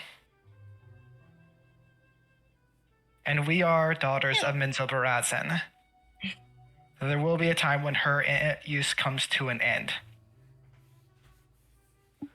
Still, I wouldn't mind paying her to go kill somebody for me. Perhaps. At least I don't risk my own life. Isn't that part of the fun? Depends. It wouldn't be fun if I'm the one to die. Of course I not. don't think I'll get another chance. You know, what's the word she used? Resurrection? If that's even Yes. what just happened. Just, what a terrible smell death is.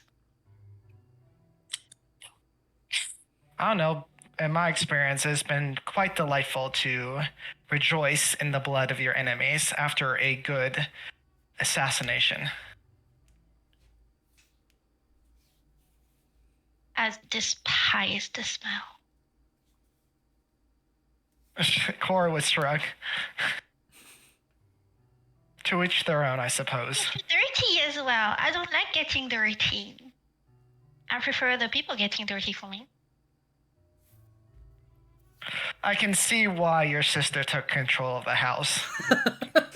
Once again.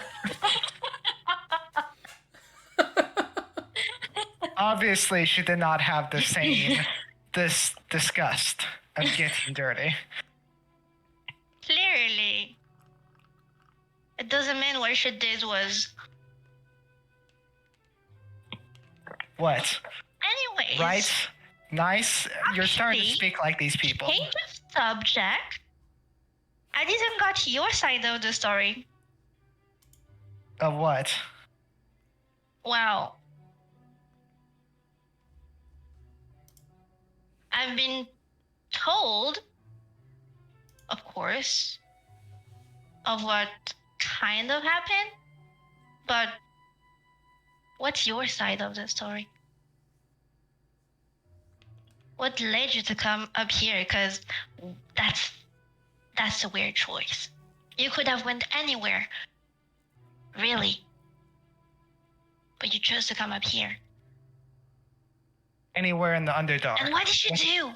With the Umber Hulks and the Mind Flayers and the Durgar? Or come up here on the surface, a place that I've raided numerous times. Slaughtered innocents. I would have taken my chances up here. To stay in the Underdark would have been death.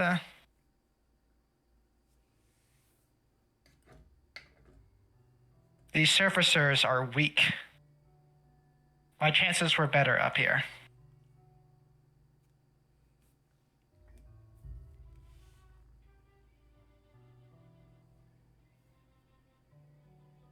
Yeah. What's your side of the story? Like, what did you do? She would carefully consider her words. Made a mistake. Makes sense. And I let my guard down when I shouldn't have.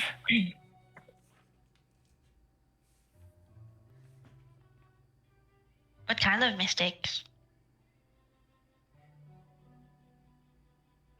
What exactly did you hear? One second. Hold on, I gotta pull up all my notes. No, there is just one sentence. It's not an entire.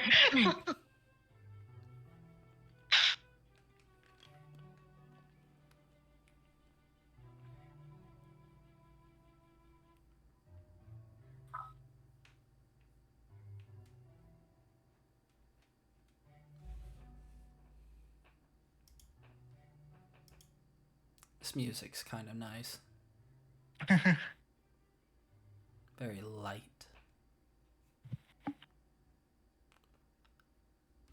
Well, those are not my words, obviously. We haven't exactly got close enough for me to judge you. But words are that your blood is tainted. It was a good cleanse for you to depart.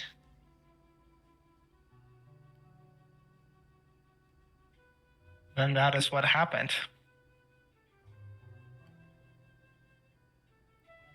You know, I'm just trying to make conversation here. It seems like we're going to be on this road for quite some time.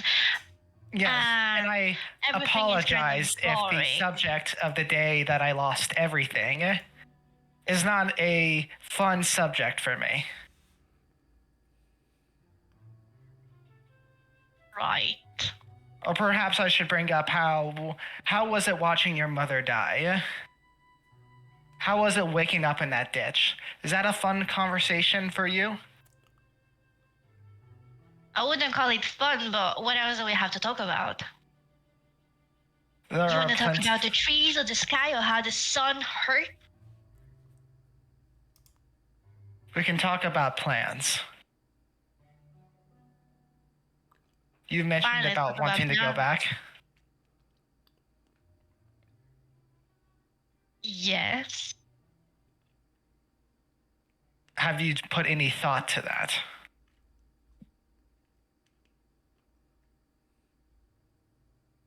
Have you?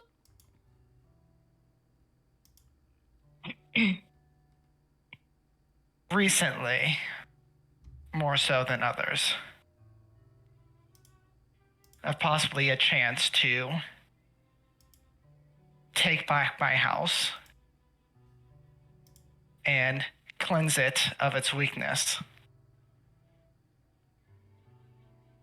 and get my revenge. Isn't that sweet of you now? Of course.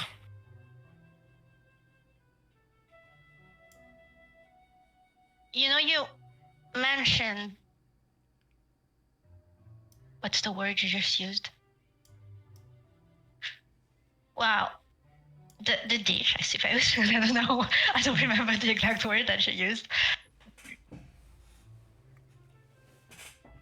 I didn't get out of it right away. The ditch? I was looking for someone. Oh, But someone abused? because that person wasn't in the ditch, I suppose they are still alive. Which means that there are still some people that were loyal to, well, Brona. Is that how I named her? Yes, it is. Are still alive. And if I do things right, they might be good allies when I go back and decide to unalive the traitor. Potentially. I think it is somewhat fortunate that we're both up here, and that's at the time of my exile, our houses were discussing an alliance. That is true. In a way that we could help each other continue that alliance That and is take also back our true. houses and rule as a Jerez.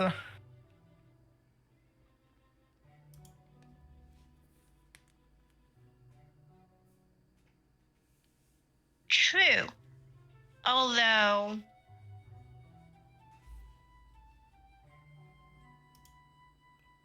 not now, obviously. I'm gonna need a proper answer of what did you exactly do to get exiled. Feel free to tell me whenever you feel ready. If that is the condition, very well. It But is.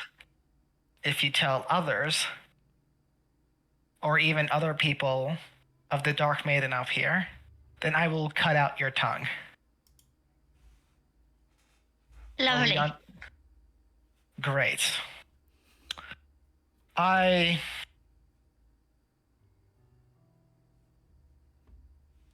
She definitely pauses, kind of again thinking about her words.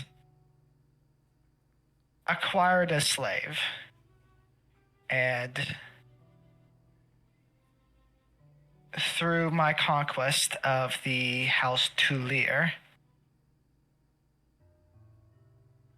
she was odd.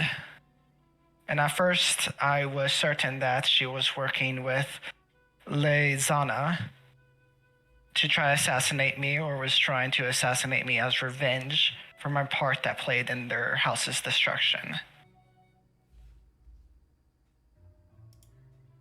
So I allowed her to get close, hoping that I could lead them into a trap. And I was letting my guard down.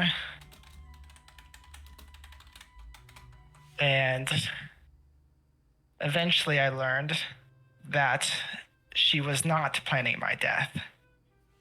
and I kept my guard down. And I grew attached to her.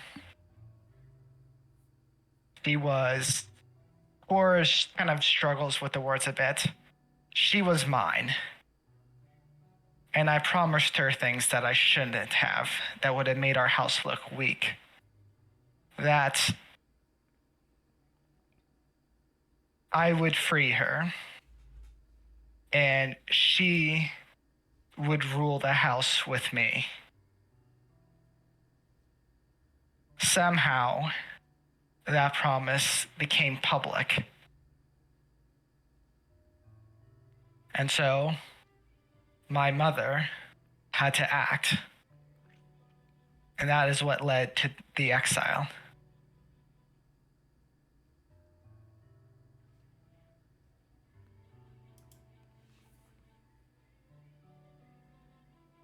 Does that satisfy your curiosity? You got attached to a slave? Like I said, it was a mistake.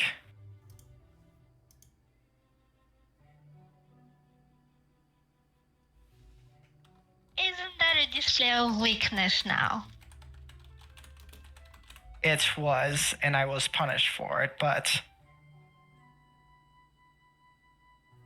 she very much tries to project strength with this, but I'm not sure if I should roll like a deception or something. Like there's definitely probably pain hidden somewhere there. It's like she is gone now. Roll That is not an issue. Yeah. roll that deception check. Yeah. Me? Ione, go ahead and roll a insight. Insight.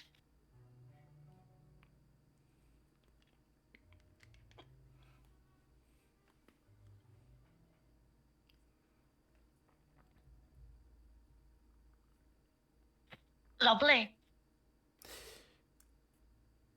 Cora seems as strong as she normally is. There's no real sign of any of that pain. She is gone now, so that will not be an issue. Is she dead? More than likely, the day of my exile, either my sister or my mother, or possibly both, made sure she died a slow and painful death. But I don't know for certain.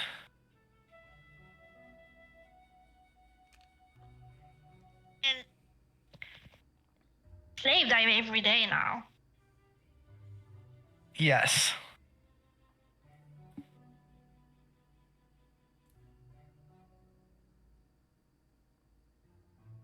But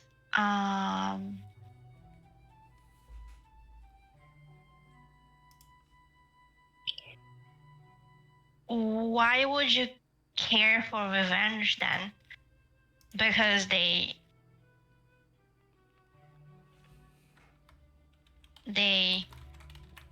exiled you? I'm not sure if this is going to require another deception check, but yes, because they exiled me. One more deception check. Okay. Ione. Do I roll Insight. an insight? Yes. Please roll better. Luckily, I haven't taken an oath yet, so I can lie. Oh, damn. Normal I guess I Cora, made she's nothing. telling full truth. Lovely.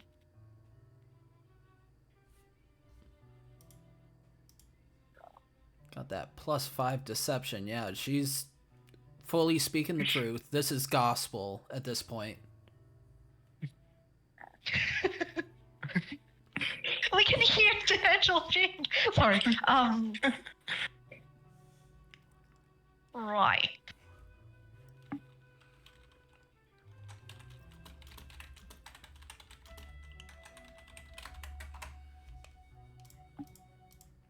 Oh.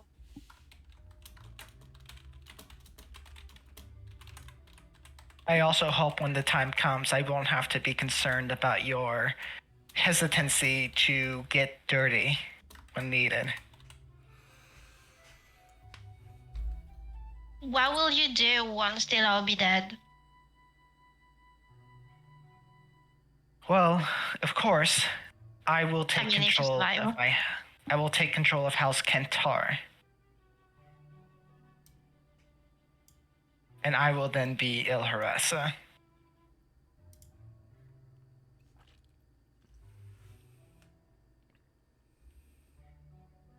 Are you planning on doing things the same way?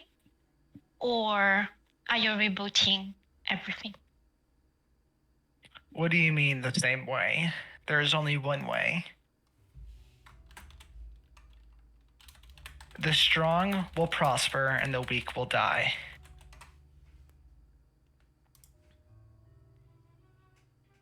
You might have a chance to get back our queen's favor, I suppose. Yes. If you keep that I believe I might have another date in chance. mind.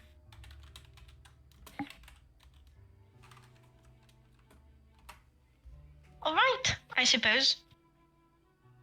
I'll Do you help you. not wish to gain her favor back? Oh, I haven't lost it.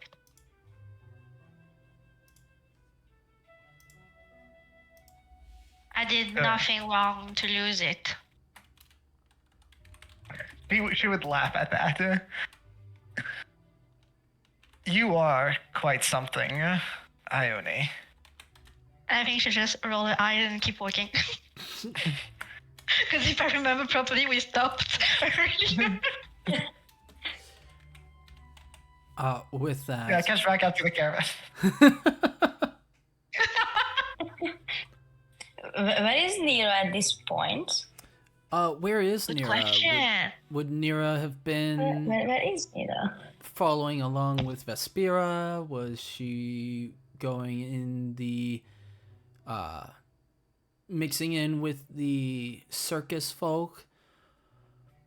What does Nira do?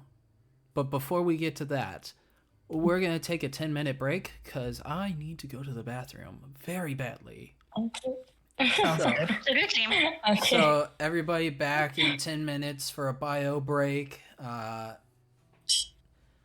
going to turn the stream to the stream starting. Yeah, that works. All right, see you guys back Are here you in 10. recording at the same time?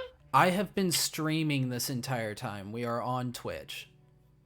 Oh, okay. Oh, but no, what I mean is like, are you recording for YouTube as well, or is it just? Yeah, I'm gonna take the VOD from this and put it on YouTube. Oh, okay. Okay. All Bye, right, you break. bio break. Okay. Sounds good. Oh, it's good.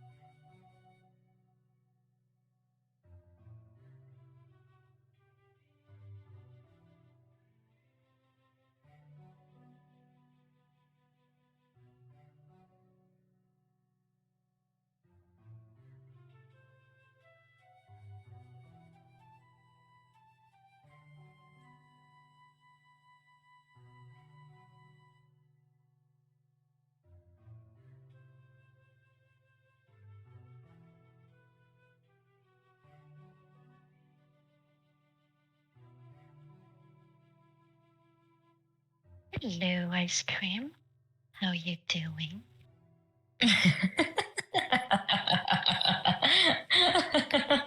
Take a break.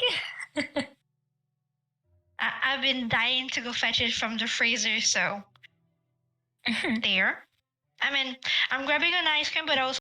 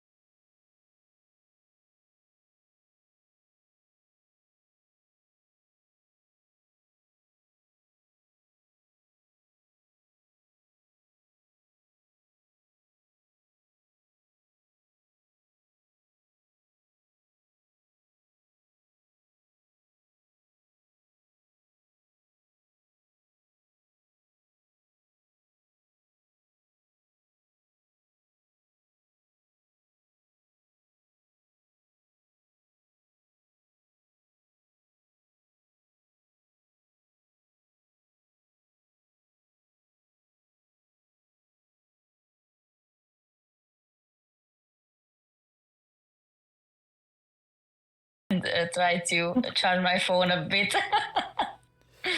What did you guys think of your dreams? traumatic.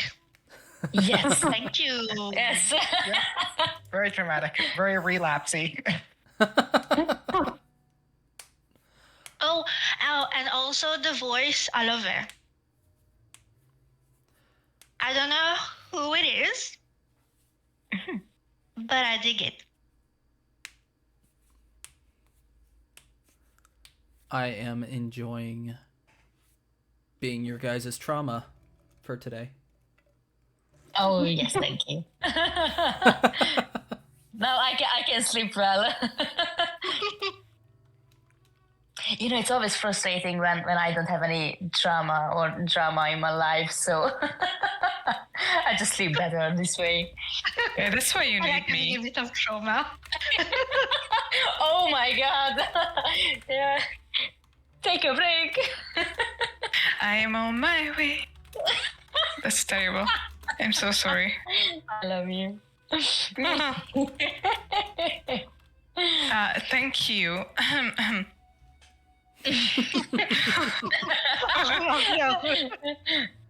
Love you so much. Thank you so much. I know. I knew you would keep up with me.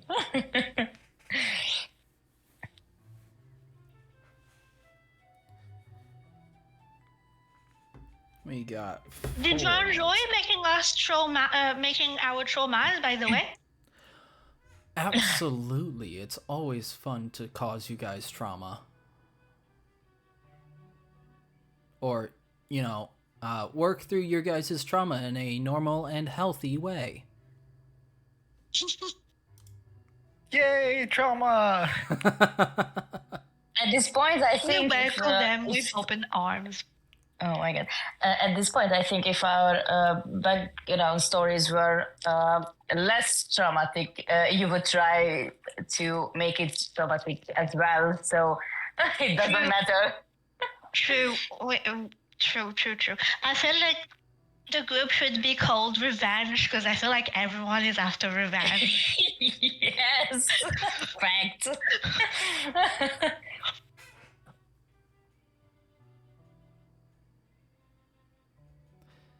And I still did not figure it out after who you made Vespera. And I thought about every single French like movies and stuff that I know. I could not figure it out. Can I get a year? Oh, Yeah. Yep. Well, it's not it's a book, actually. A book? Oh wow, Yep. I wasn't looking in the right and it was written in the 1800s. Oh, there's so many. Yeah.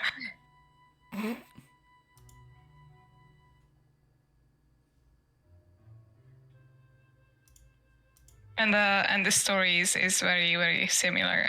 I've changed bits and pieces, of course, to fit into the Forgotten Realms world, but There's only one I know, but I'm not sure I know it the way I think I know it. So it might not be that. Oh, yeah. Which one? Do you want it in French? Sorry? Do you want the title of it in French? The Count of Monte Cristo? That's it. That's the one. Oh yeah. I should have sliced the other. Oh, such a good book. Emu, Yeah, you yeah. squeezed yourself into the bag. Sorry? Did I do what? Did you squeeze yourself into the bag? Oh my god, no. I didn't. We like Dumas. It's okay, we like Dumas. So I've seen the musical version, the Hungarian one, last summer. So I took inspiration from that. Oh. And that, oh my god, in September, I guess. Yeah, then again. Then again, yeah. So I've seen the musical live 2 times actually in Hungary, and that's a different production from the English one. So there's an English musical as well, but that's a completely different production. And as always, the Hungarian version is better. No, it isn't. What do you mean? I mean, it's better because you can actually understand. Ooh. Ouch. No, it's not a roast, it's a fact. Yes, it's actually perfect. We are live now. Oh, okay. Okay. I was meaning to count you guys down, but you were having too much fun, so... I'm sorry. Maybe not. So, where we left off, we're figuring out where Nira is. Yes.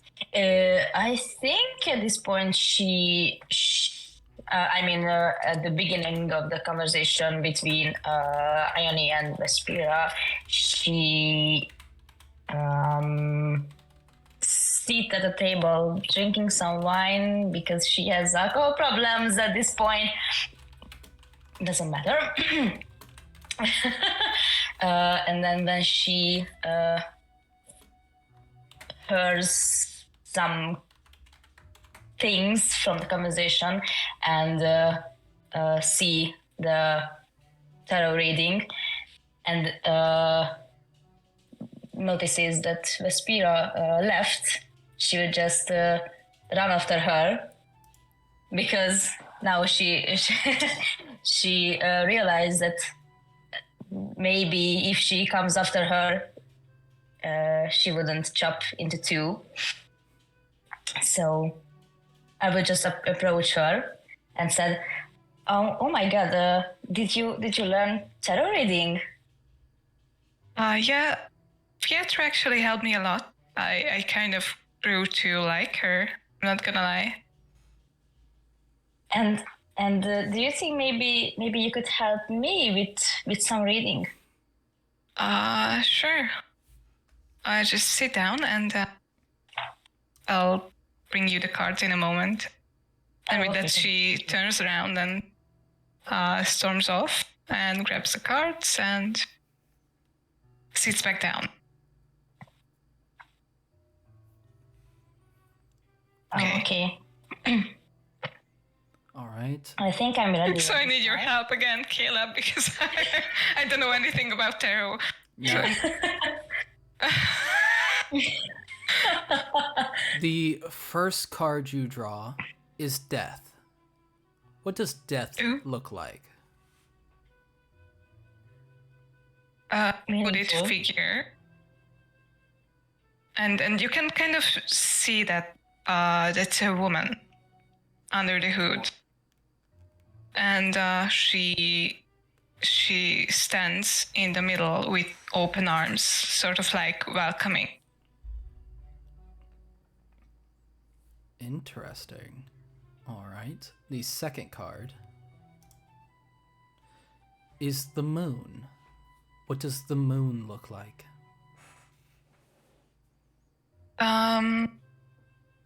It kind of has a reddish hue. Yeah, with really dark clouds.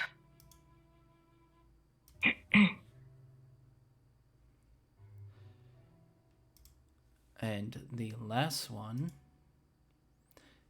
is the Hierophant. What does the Hierophant look like?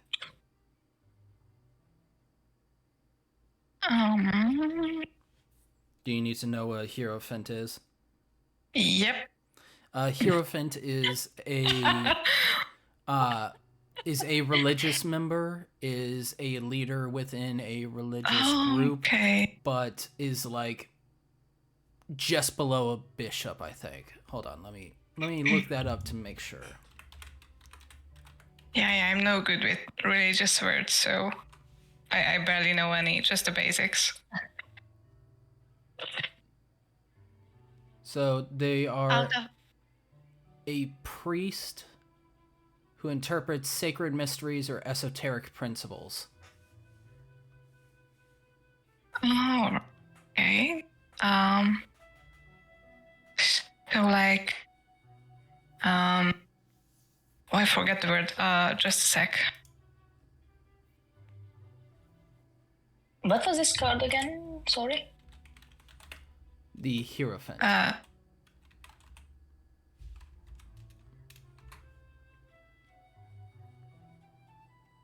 Just a sec. Mm-hmm. I forgot the word.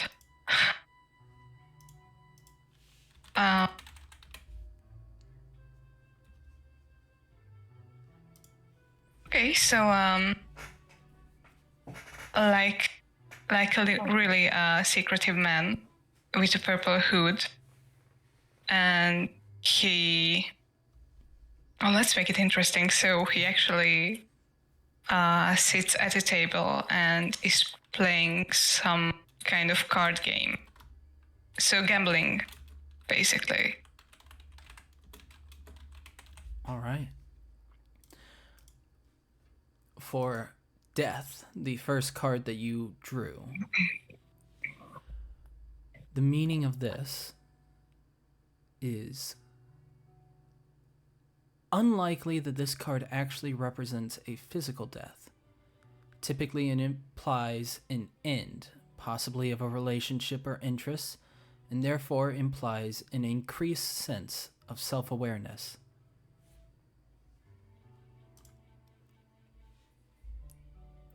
The next card, the Moon. The Moon is a card of illusions and deception, and therefore often suggests a time when something is not as it appears to be, perhaps a misunderstanding on your part, or a truth you cannot admit to yourself.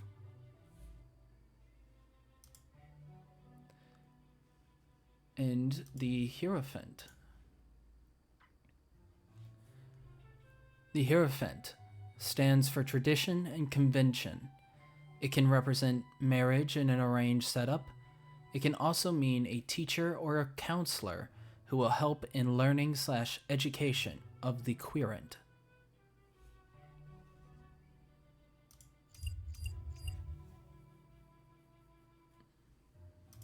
Okay. How does Vespera explain that to Nira? Have you ever had a reading before? Oh, no. This is my first.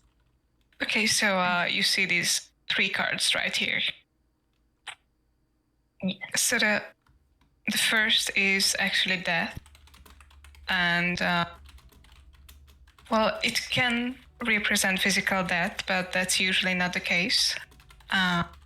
This can mean an end of, like the end of a relationship, or even an increased sense of self-awareness. Have you lost someone recently? At this point, her eyes just get teary and just sobbing. Yes, actually, yes. It's okay. I believe we all have. I lost someone too. Actually, two people who were really important. So the next one is the moon. And this is the card of illusions and deception. And it means that things might not be as simple as they appear to be. And the third one is the Hierophant. And this can symbolize a counselor, a mentor figure, even a teacher, and it usually stands for tradition and convention.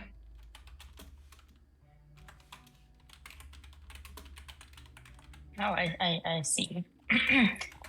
I mean, I was the teacher before, so not a real teacher, if I say so, but a teacher for my sister. Your sister? Yes, I have a little sister, and I'm looking for her actually, because we, if I can say, we are separated.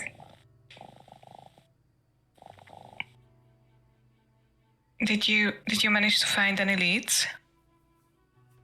No, I'm still trying to find her. If she's alive still, because I don't know. Well, I'm sorry for what it's worth. I lost someone too who was like a sister to me. She's I know for sure that she's still alive, but she's not the same person as she used to be. You mean with you or in general? In general, I believe. I mean, I know that people can change and power changes people, but still. Yeah, that's true. But maybe if we work together, we can find our loved ones. Do you really think so? Yes, I mean that's the plan. That was the first place why I decided to join all of you. So how did your sister disappear? What happened? Well, it's a long story, but our city was under attack, and they killed everyone, our parents, everyone in the city, and they took her, and they just vanished. So since then, I'm on the road alone. I'm on my way to find any kind of information or something where can I find them. Well, let me know if I can help you with anything. What do you think about the moon, the second card? Illusion, deception? Well, thank you for your offer. I think I will use it at some point. I think I don't know. It's really hard for me to understand it right, because I have a really special connection with the stars and the moon. So I'm just trying to read this kind of ways, and not ones that in a card. Okay. Well, your last name is actually Starfall, isn't it? Yes. That's right. Okay, that's interesting. Okay. Well, I have to go now, but let me know if you want to share a drink or two. Just don't have too many. Take it easy. I'm trying my best. But okay, I have to go too, because I get a small piece of information. I don't know if you have had any weird dreams the other night, but I get one, and I take a hint that maybe I have some relatives around some cities, so I just want to chase that information and get to know more. Okay. Well, the best. I wish you the best of luck, obviously, and yeah, don't be a stranger. Okay, I'm trying. And I feel like the others could kind of sense that Vespera is kind of awkward in these situations. She's not used to socializing with others.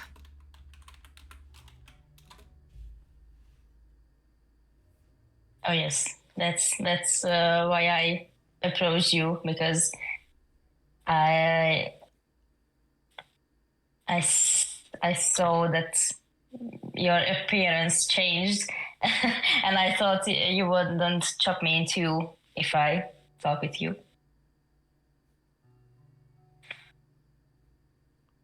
And I think the others can see that too.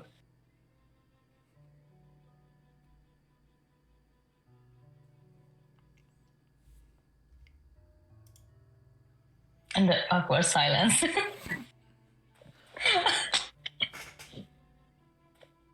No, I mean, We too that's your fucked with you. character's turn right Yeah. now, so It is. that's why I didn't want to talk over you. Oh no, I finished my sentence. You finish your stuff? Yes. Yes. All right. So the last one on the list is Ione.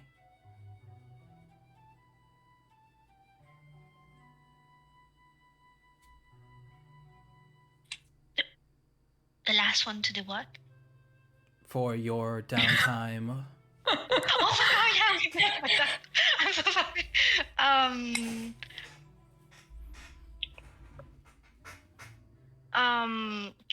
Well, as we have started to like talk a little bit, I feel like she would be a little bit more at ease being surrounded by other creatures. Not to the point of, yay, I made some pals, but more like, I don't believe there's people that are going to kill me, so I can be kind of like ease up on my mind and be a little bit less, maybe, weird. Trying her best. Oh, poor thing.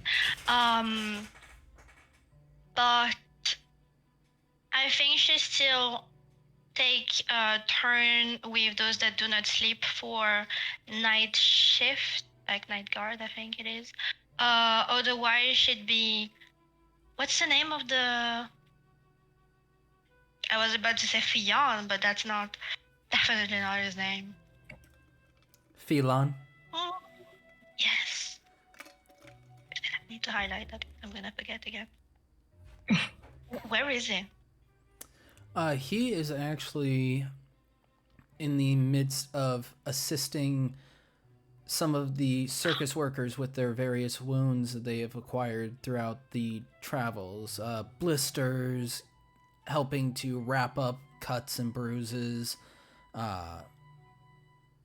just generally assisting. Oh, but is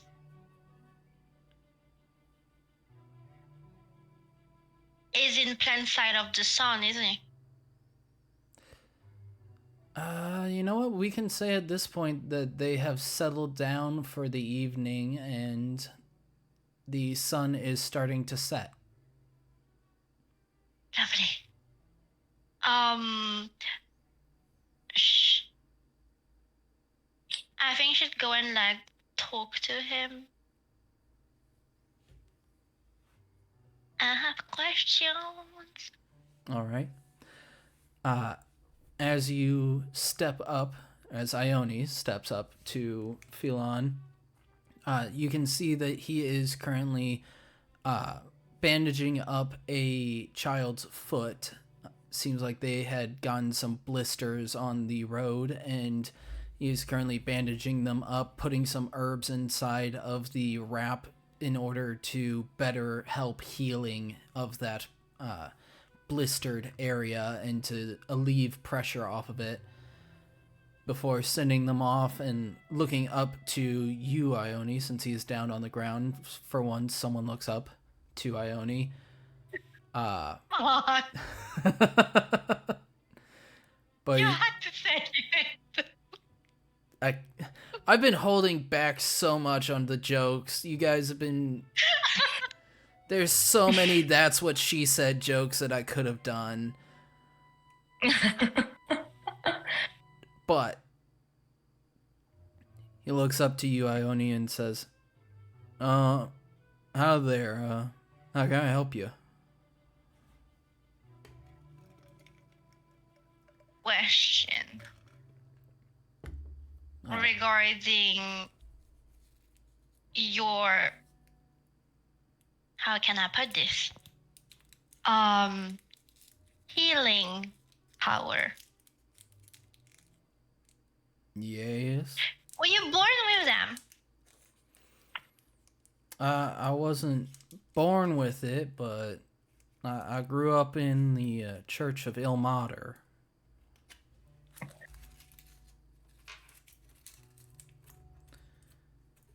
I'm sorry, I don't know who that is.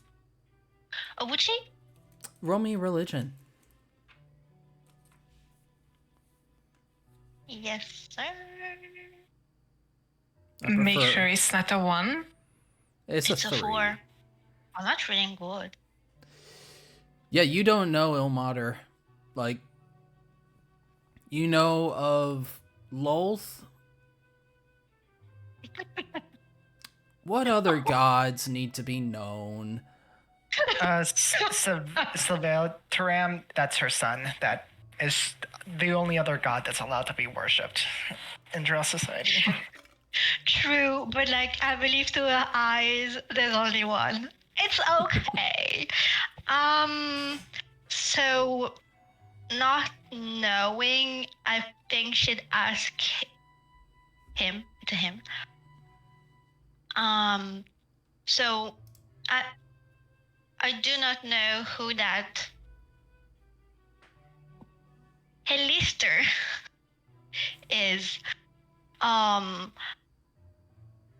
But it's through joining his church that you got your healing magic, is it? That is correct. I was raised in it, so it wasn't really me going to the church, but Ilmater decided that I was bound to do good in this world. So that's what I hope to do.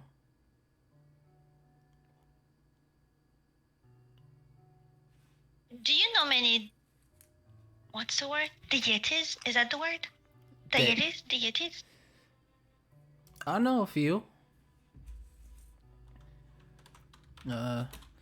Growing up as a cleric of Ilmater, you kind of got to know exactly who you're dealing with whenever you're dealing with someone, but yes, I know quite a few. See, would any of these, because obviously she's clueless, do you know of one that take the shape of a dragon? Well, the most common god that might take the shape of a dragon is Bahamut, the platinum dragon. Color.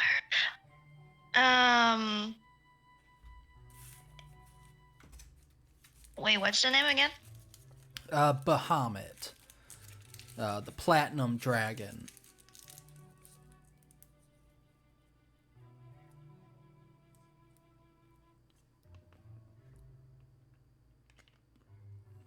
What do you know about it? Well, he's a powerful dragon. The only platinum dragon out there, as far as I know. There's the silver dragons that kind of imitate his color, but the one true platinum dragon, he's a good god. He's meant for good. He's righteous and wants to see justice being brought across the land.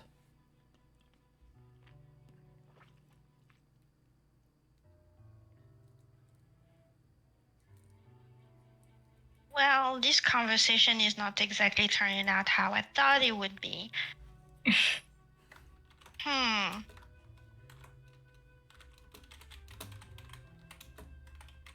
See, I had a dream.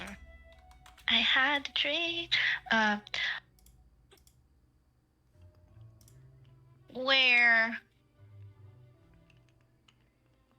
as strangely as it is, a dragon spoke to me. I mean, it wasn't a dragon during the entire dream now. It took the shape of a man. And then it became a dragon. And I'm trying to understand, why would my brain get invaded by such a being? Well, what was the color of this dragon?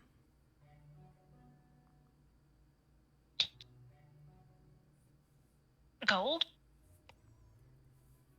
Gold. Well, they say that there's 13 gold... No, it was 7. 7 gold dragons that follow Bahamut as his disciples. Could be that Bahamut sent this dragon down into your dreams to help you out of something awful. Do you have a bad dream or something?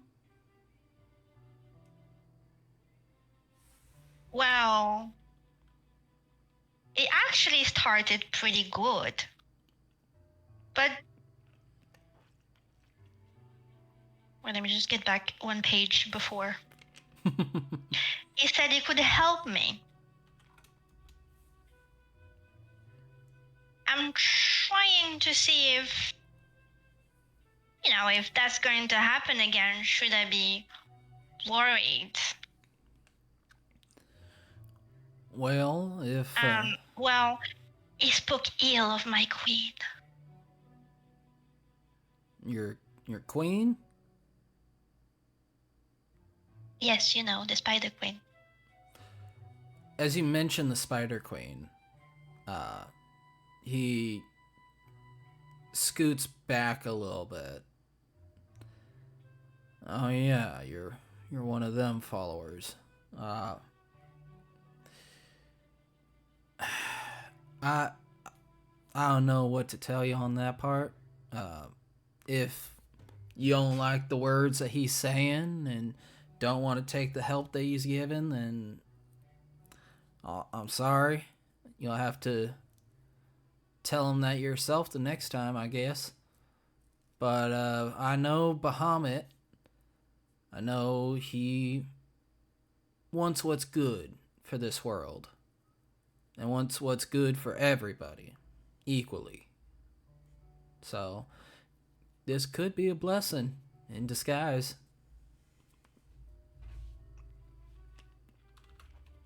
And at this point, she's going to grimace a little bit. Right. Really not the conversation I thought it would be. Think this is a conversation I thought it would be? Yeah. Just kidding. See, the thing is, I saw it in my dream. Would there be any way that one could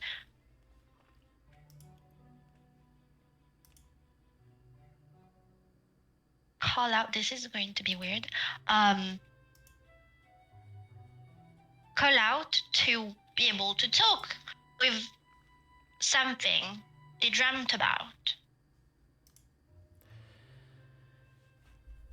See, normally I would probably make an offering to my queen and praise a name and pray, or just kill something or someone. I don't think that would work though.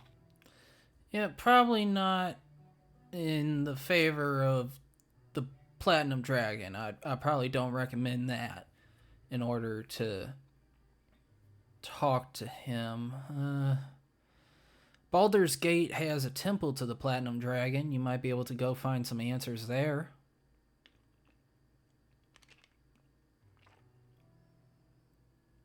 Great, you can lead me to it once we get there. Sure. Don't worry, I'm not gonna kill you. Unless you become useless, I mean. If that's okay with you, of course. I'd rather you not kill me. Yeah, I just preferred if you try your best not to kill me. And I will try my best to make sure that you don't die either. Great. Do you know how far we are from Baldur's Gate? One more 10-day in for us to make it there, and then we'll make it to Baldur's Gate. Oh, so much sun. You know what? Give me one moment. Let's see if I can do something about that sun. I'm gonna have him make a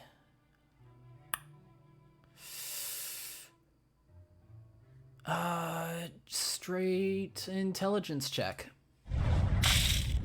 Ooh, that is not bad. Rolled a 16 for his intelligence check.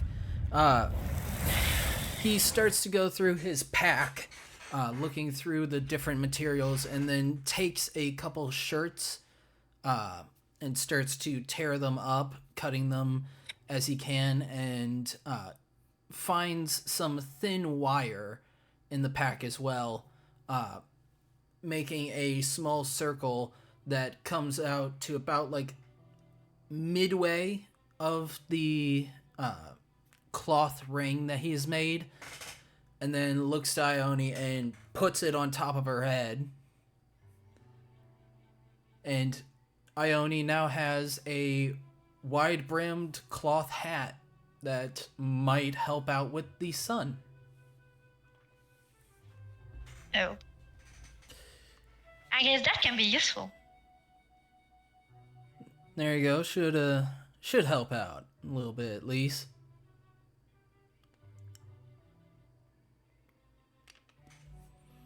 I've heard people say a word that I think is fitting to say now, but I don't remember it. So there is that. Good night to you. And then she leaves. Good night you as well. And he's gonna slowly walk off to his tent. Is that the end of your 10-day? Yes. All right. No dreams at the end of this 10-day. Each night has been either inky blackness or normal dreams, as normal as dreams can be, but nothing of the quite traumatic variety that was before. You guys are now on your final 10 day towards Baldur's Gate. So we're gonna have Ione is 1, Cora is 2, Vespera is 3, and Nira is 4. Cora, roll me a d4. You got it.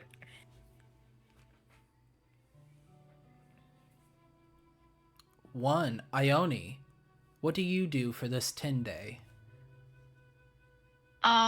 Well, since she acquired an extra protection for the sun, she's going to try and venture away from the shadow. But still like at a distance, as in if anything happened or if she starts feeling weird again, she can just she can just make one step aside and get back into the shade. So she's going to like walk around, observe the people around, mentally take notes of how they interact with each other, because she's trying to kind of like tell Rose how things happened here.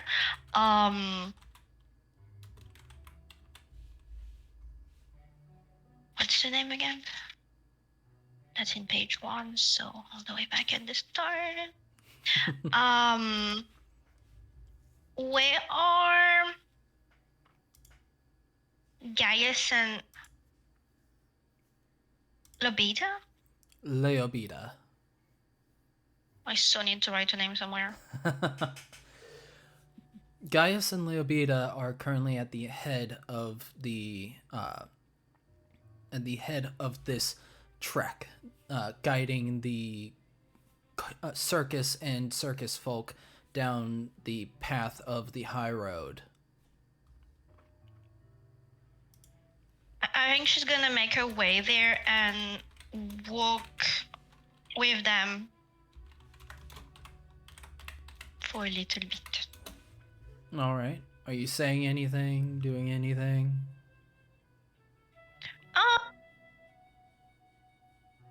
Depends how they feel seeing her approaching. Gaius looks a little. You know what? Actually, give me an insight check to see. Okay. Yeah, we're gonna roll this one. I still don't. It's another 6. I need to change dice. It's hard to read them. They generally don't seem to be too bothered by you coming up, but again, these are surface people. They're all hard to read.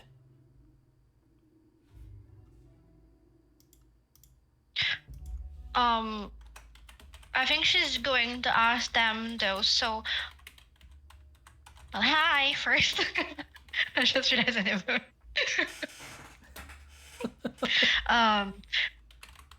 So, what are your plans once we reach the city? The No, composition with them. Gaius will answer, well, we plan on going to the upper city. I was hoping to petition the Dukes of Baldur's Gate in order to have our circus play there for a few nights. I think we could make a decent amount should we get the Dukes of the upper city to allow us to play for them. Shouldn't be too hard to convince them.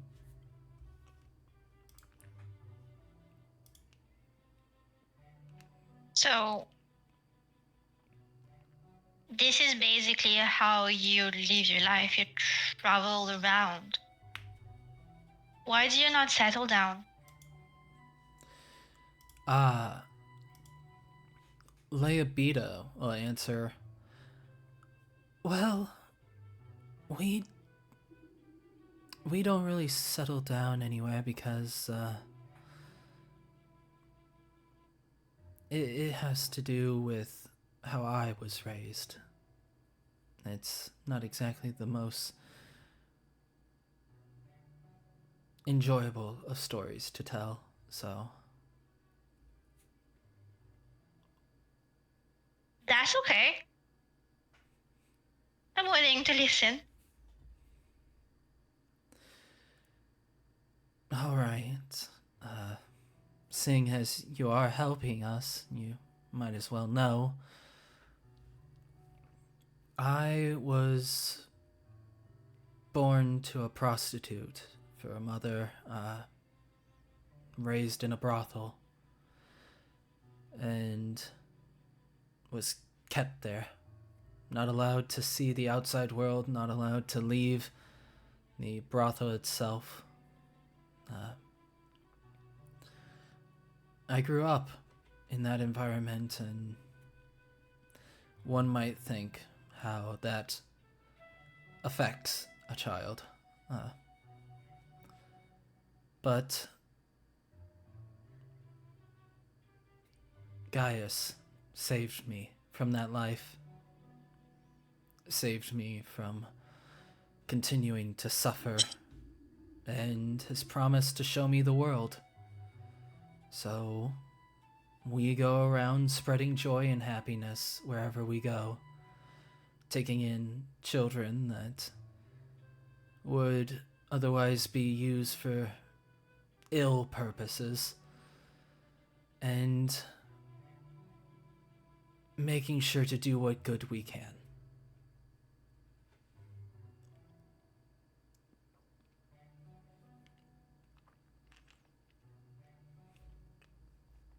So you two are,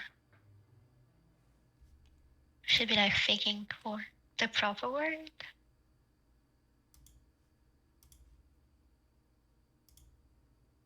Equals? Gaius and Leobita look to each other, and then nod. Yeah. Yes, we are equals. I mean, she's my wife, so of course. She's my other half.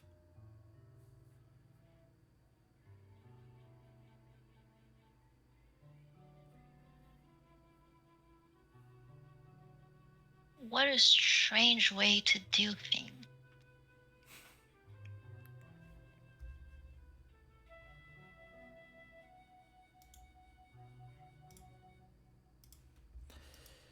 Well, that's how we show our love and affection in, the surface world.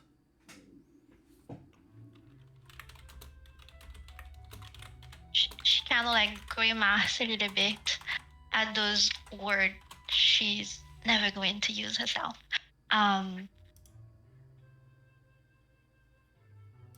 It's weird, but in a curious way.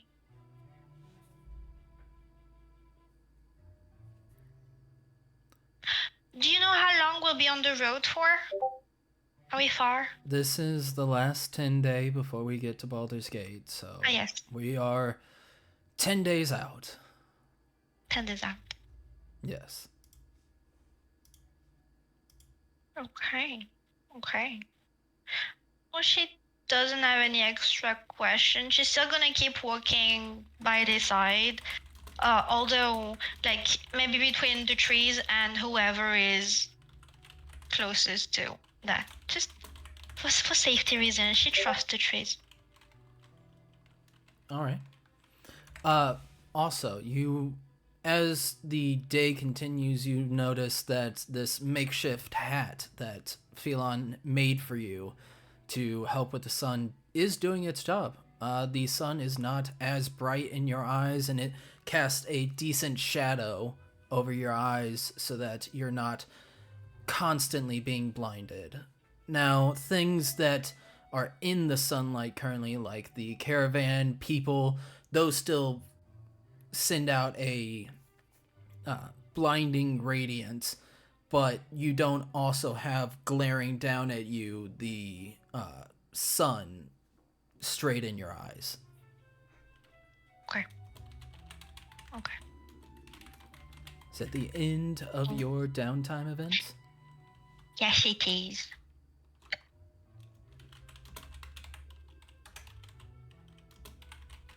All right. Let's see. Last one was Quora. This time, let's go with... We've ran through all of them. You know what? Vespera, roll the d4. Not a d6, a d4.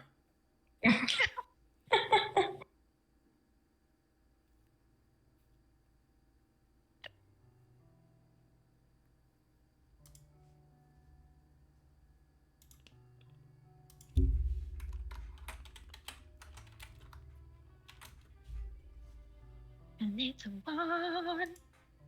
Oh, sorry, I was muted. Sorry. So, okay, so I was just asking if you want me to roll again, Yes, please. because it's a one like last time. All right. Sorry, I muted myself so that you can hear. Oh.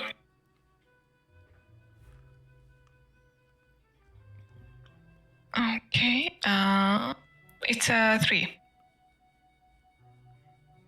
That is you, Vespera. Oh, how nice. All right. Okay. So I have a question, a technical one. Okay. So when we were at the inn and we were so we had that long rest. Could Vespera have noticed that that Ione and Cora were drinking mushroom wine? Because I think they bought an extra bottle, if I remember correctly. They bought the bottle of mushroom wine, and they brought it up to the room. I'm not sure if Cora and Ione drank it while up there. Cora and Ione, did you guys drink that mushroom wine just out in the open? Oh wait, because I know Core bought a bottle. Was there another bottle? There was No, just it the was one. only one. Oh, gotcha. Oh, is it gone already? I'm thinking it because I mean last session, I mean after we had that huge fight for the circus people, I remember you saying that Clara would sit down a little bit aside and would treat herself to the wine. But you did Yeah, not it was more pretend meant to like drink as like a glass. I think she's really just trying to like section it off and save as much as she can to elongate it. It was really just gonna be like one glass. Only one. Yeah. this stuff is hard to That's come not an by. amount. Some people is are hard. not alcoholics. Oh, that makes sense. Okay. Maybe I should think about it. So for the last couple of days, Vespera would be asking around. I guess we have to be passing some small villages and towns, right? On our way to Baldur's Gate. There are a few lesser villages there along the way. Okay, so yeah. None of them are really... They're not named villages. They're kind of just like little settlements to stop at and rest.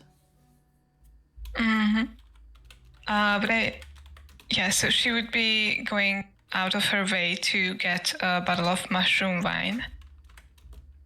Because she has plans for the whole group. Mushroom. Together. Now we are talking. Give me an investigation check to see if you can find where Alrighty. mushroom wine is.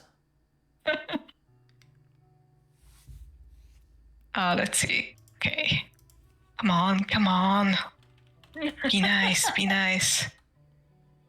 That's a 12. Lovely. 12. I hope enough. Yeah. Unfortunately, it doesn't seem like mushroom wine's on the menu here in this little settlement. Asking around, you kind of get the feeling that mushroom wine is more something that either A is found with drow and those in the Underdark, or B, if it's found on the surface, it's left by Elastrayans, the drow that have made their way to the surface and sometimes use the wine as a piece to barter with. Right now, doesn't seem like there's that many Elastrayans in this area. All right. Can I see if I can remember anything about the drow that they like?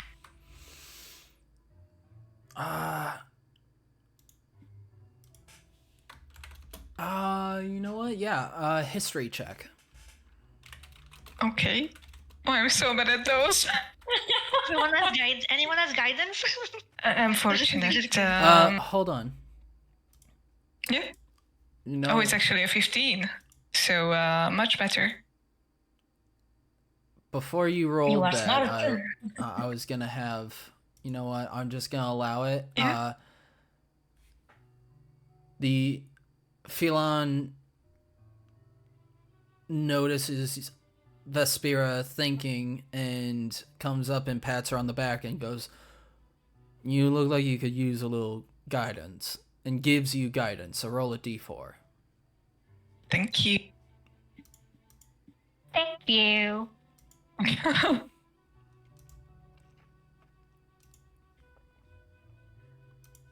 Oh, and that's actually a 4, so good job, Phelan. Thank you. Kind of gives you a small smile and a nod and then wanders off.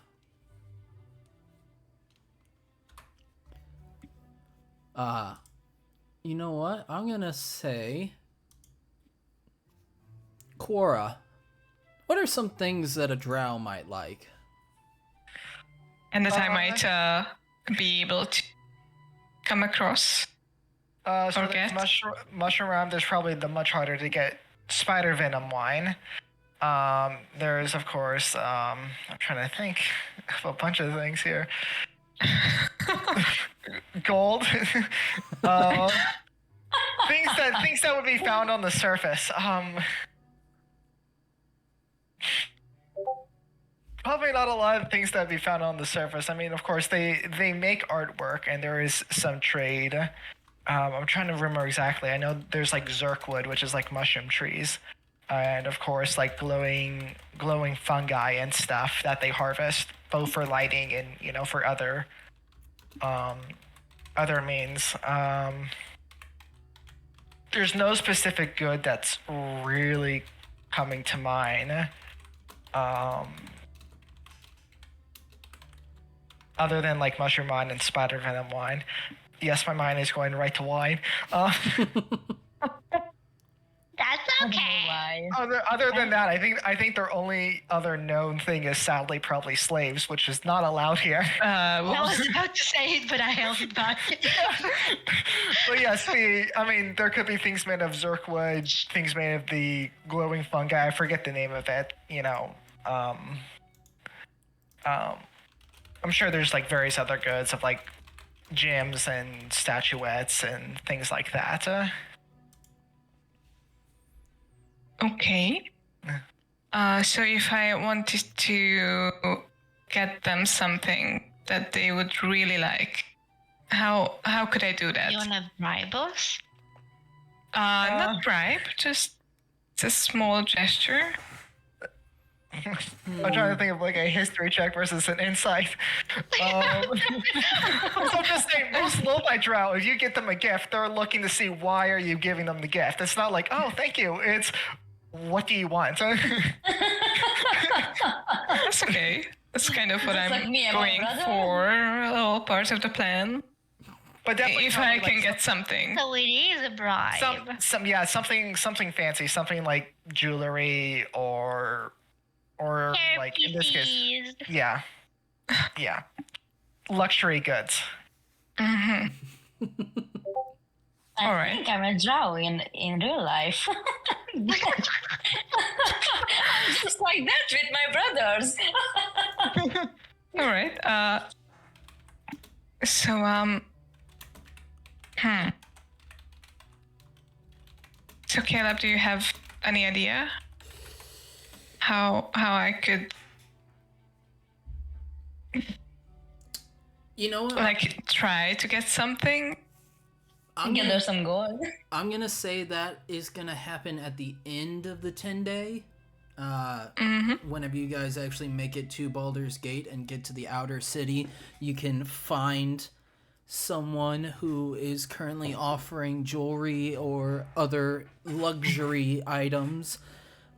Keyword luxury items.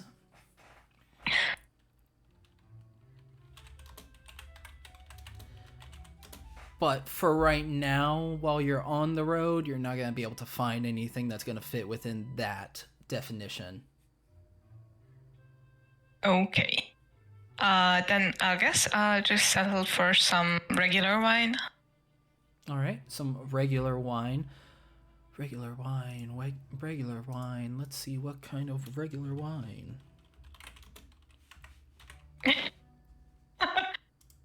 I bet Peter would know.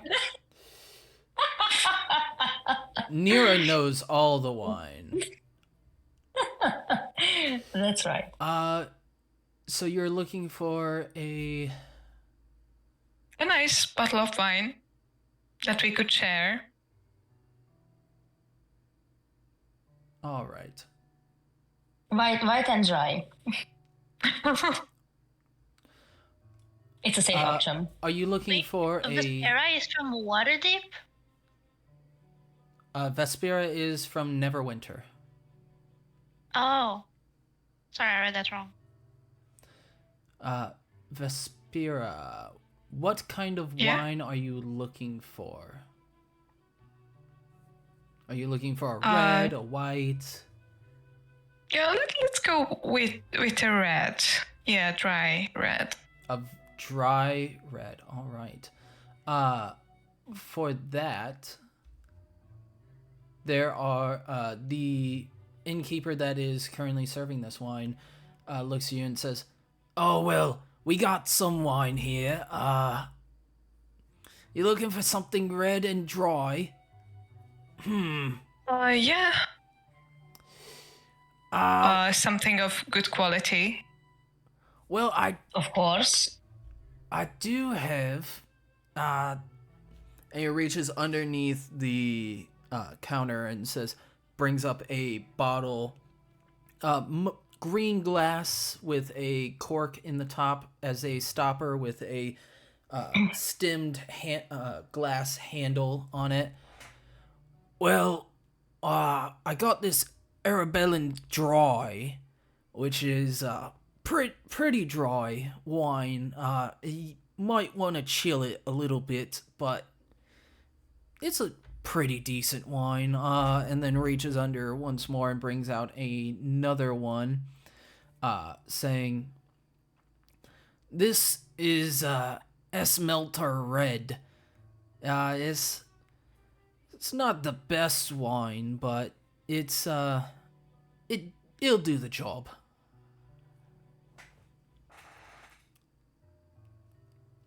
Okay. I think I'll go with the Arabellan Dry. Arabellan Dry, all right. That'll be about Sorry to interrupt. Vespera is alone? Or we are together? I think I would be alone, but could definitely see that I'm just, there chatting with the barkeeper. Especially if it's out in the open, not tent. Yeah, okay.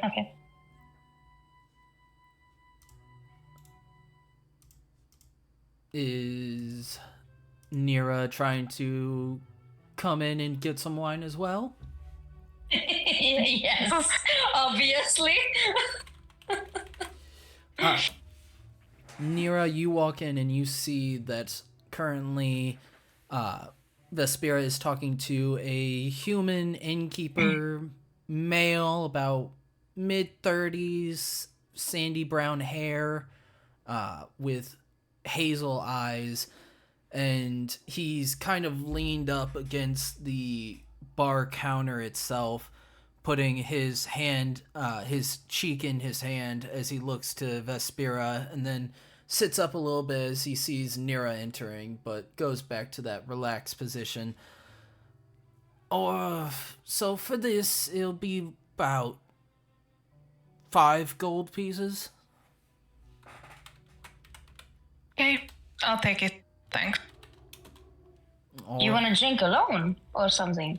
No. This one's on me, so don't buy anything. And meet me by the campfire in about an hour or so. Ooh. And you bought this bottle for all of us? Yeah? And you bought only one? Oh, come on. Okay, I'll take 2. That's more like it. I only had the one bottle.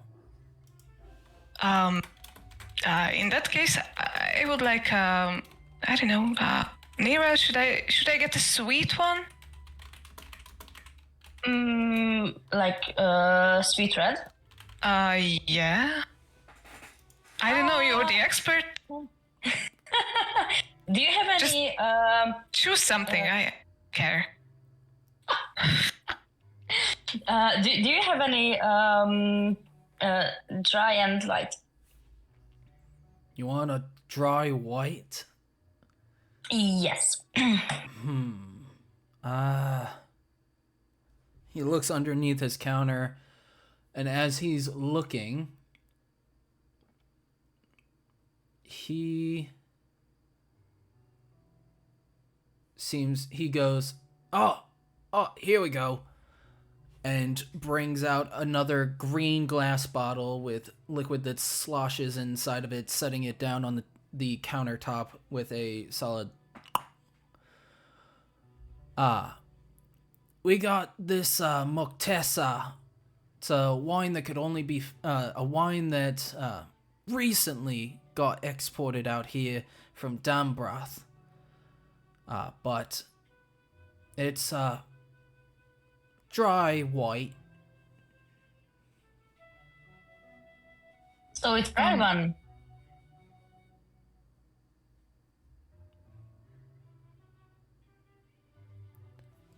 This one will cost you about 5 gold as well.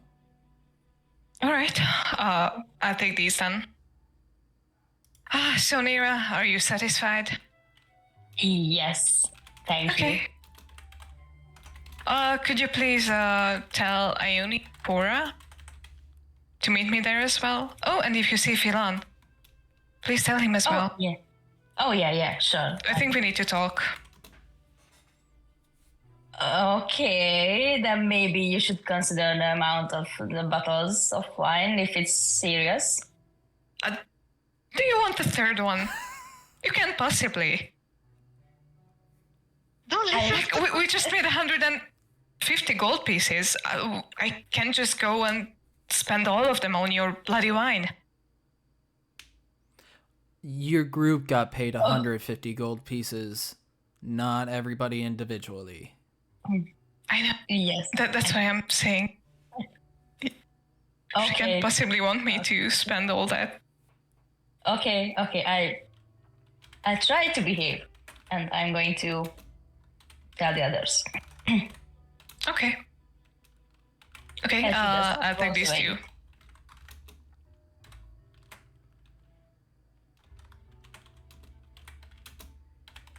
So how do I change the amount of Go to your inventory. okay. Go to your up top. There's a section that says gold amount in the upper right. Yep. Click on that. Oh yeah. Okay. Oh yeah, I see it now. So I can just type 10 and hit remove. Is that right? Correct. Okay. All right. Okay. All done. All right. Is that all for right now? Yeah, and I would like to meet them later by the campfire. Okay. 1 hour later. More like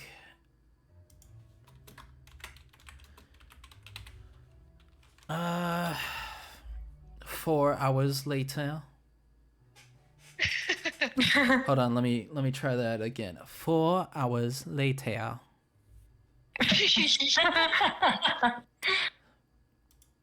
But eventually you guys all group up together in the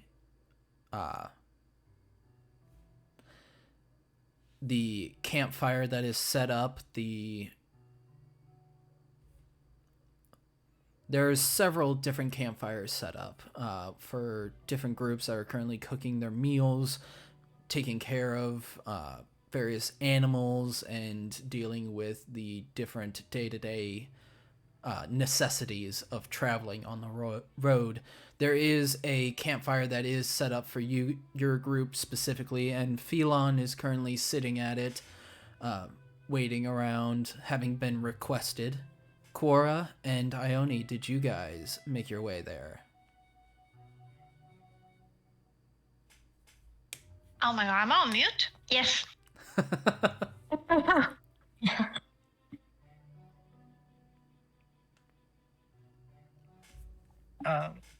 I guess yes. All right. I know that Nira's gonna be there for the promise of wine, so... Of course. She's already there, drinking in under the. And Nira's just sitting there with the bottle of white, just drinking straight from it. Yes. Well, leave some for the rest.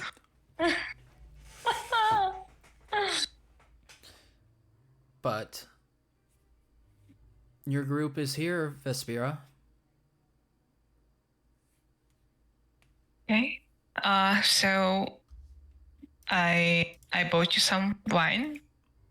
I know it's no mushroom wine, and believe me, I tried to get some for you, but if you would be willing to try these, I am sure you would like at least one of them. And I would hand the bottles to Cora and Ione. The reason I called you all here is that I wanted to talk to you about my past, about my goals, and about what everyone will do once we get to Baldur's Gate. Cora gives this long side glance to Ione, and then she just looks to Vesper and she's like, "Continue." So I haven't been very open with you guys, and I haven't been honest with you. The thing is that my real name isn't Vespera. It's Percy, Persephone, Sagesh, and I was locked in a cell for the last I don't even remember how many years, 5, 8, I lost count. My friends betrayed me, and now I want to see them dead. And I need your help.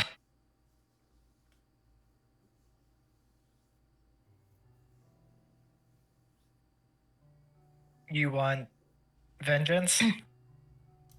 Yes. Isn't that what we all want? Yeah. I'm not used to it. I'm used to hearing that from a mortal. Or not mortal, oh my god. Kiva.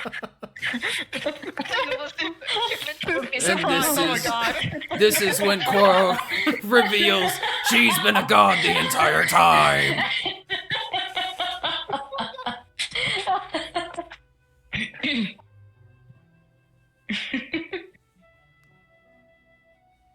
I'm not used to hearing that from Kiva.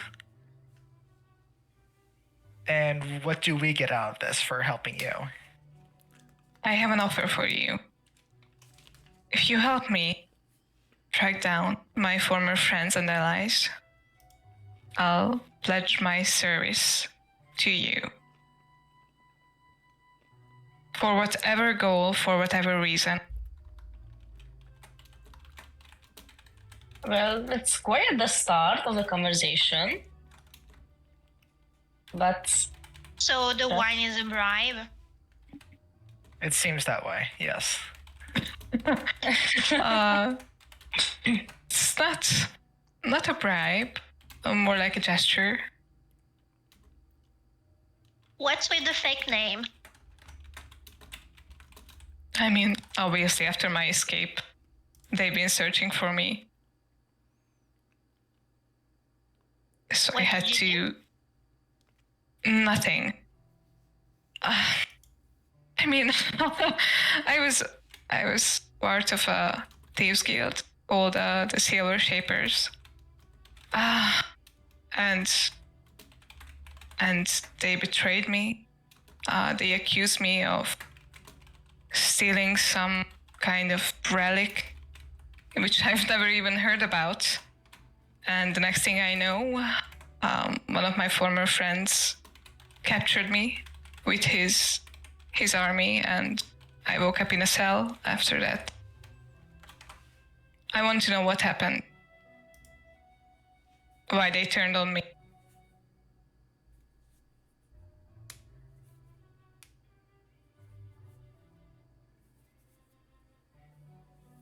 okay, so you wanna take a chit chat with them or just slaughter them? Ideally, both. Okay. Who's that friend of yours you're running from? So when we were in Phandalin, I met a man who was part of that guild as well. And he informed me that currently one of them, Caius, runs the guild. And the other one, Thorn, was in jail in Neverwinter. But I don't know anything about my third friend, Muriel.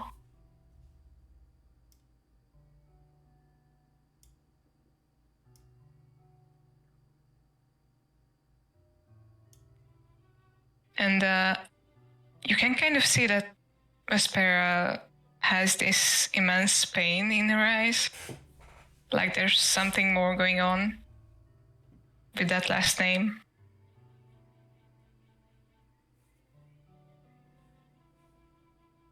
Or at this point, it's Okay, just pushing the other two to see what they're doing. Okay, I won't ask questions. I'm just going to kill you, say. So you can count on me. Good. I knew you lost a sister too. Yes, I did. Well, Muriel was like a sister to me. Maybe even a bit more. And you try to save her or kill her? I don't know. I had a weird dream a couple days before where it was her who controlled Caius like a puppet of some sorts. And I don't know what to make of it, whether it's fake or not. I know that Caius and Thorn must have had their reasons, but I don't know anything about Muriel. Okay, we can work with that. I was informed that in Baldur's Gate, I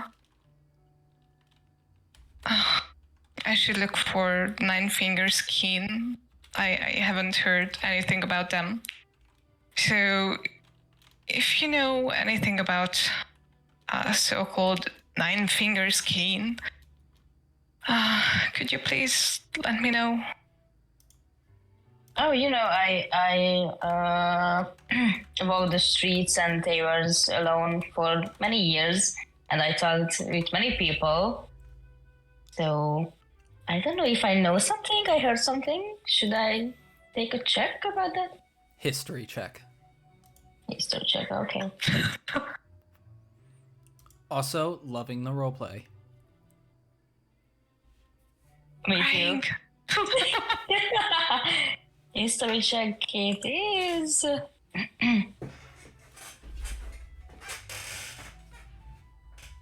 Oh, it's a 7.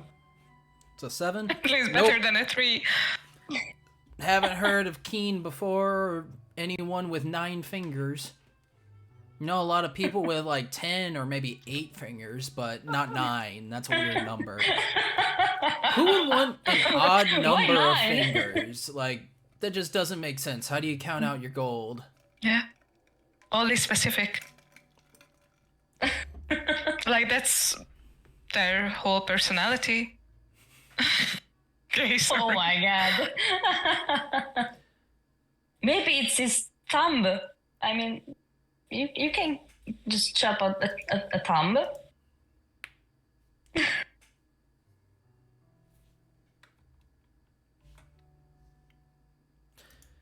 Okay, so I kind of look at Ione and Cora.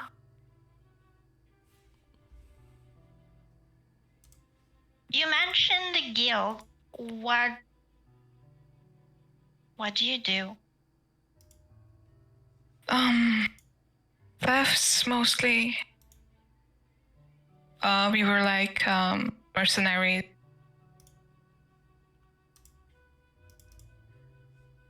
The thing is that my adoptive parents vanished one day, and Grell and me, we needed some way to survive, and they took us in, taught us how to fool people, deceive them, steal. And we turned out to be pretty good at it.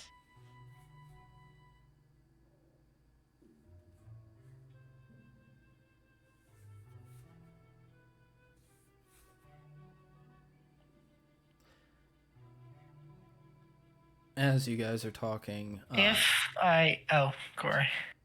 Sorry. Phelan is gonna sit there and go, just hold up his hands and like put down his thumb on one hand. Why would anyone? No, you'd have to even it out. Like, would you take the thumb and the index finger, or would you take a pinky and the ring finger? Which one? Having odd numbers, just ugh. He seems really like lost in thought of who would just stick with 9 fingers. Even it out. I mean, we don't love him because he's smart, so...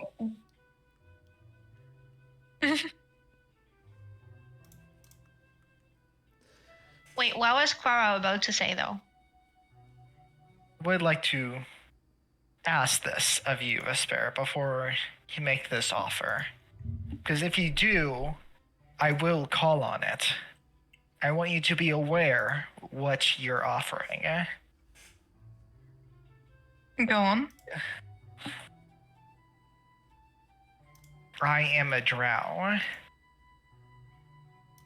There will more than likely be murdering. Those people will not always be, she kind of thinks, guilty or evil. That there will be innocence.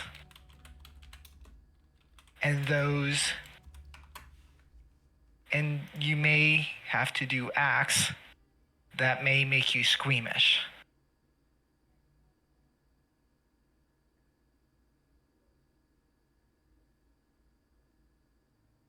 I'm aware of You are aware? this. Very well. I'm fine with this.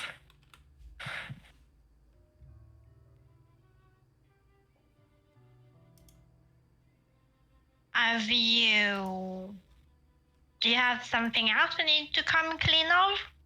Other than a name, obviously.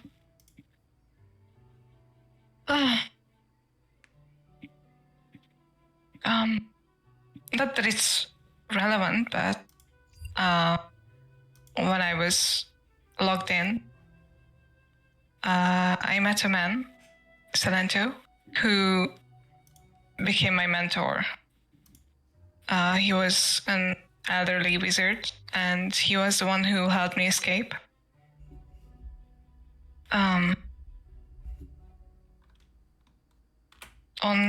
On the day he died, he made me swear that I wouldn't go after revenge or vengeance. But ever since the day I left, I just can't get it out of my mind. It's like it's haunting me, and it's swallowing me whole.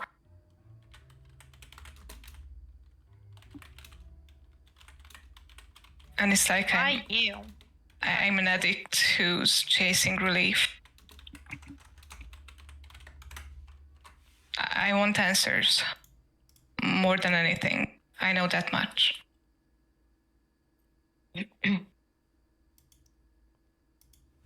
At this point, Nina is just drinking and nodding. Why you? Why did they frame you specifically? You named 4 people there. Why would they decide to betray you? The thing is that I didn't know. That's why I'm looking for answers. My guess would be that, as I mentioned, I was quite good at what I was doing, and I started climbing their ranks quite rapidly. And so my former mentor there, Caius, I think he had grown jealous of my talents, of me being a prodigy. But that's just a guess.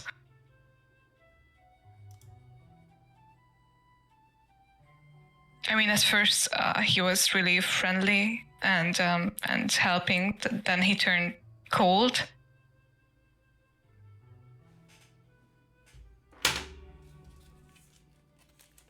And jealousy can drive people mad.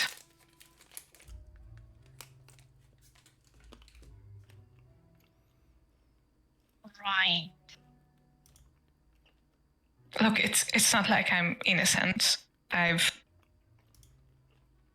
stolen, and I've been a terrible person before.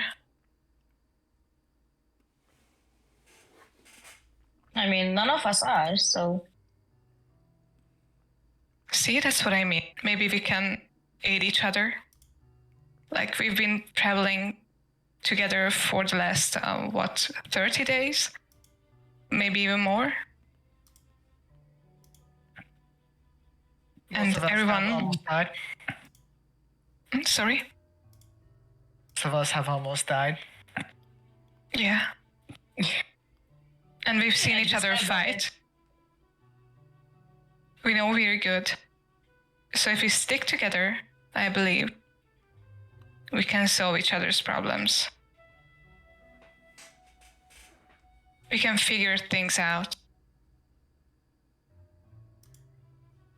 Well, I could use helping hand with killing too, so I'm in. Now I kind of look at Ione and Philon. And I have a feeling that Philon will be the hardest to convince. You stuck on the 9 finger thing. He's been on the 9 fingers this entire Don't worry time. about it. Don't worry about it, Philon. He's still just like, what? Why 9? It's so weird. so uneven. It just don't make sense.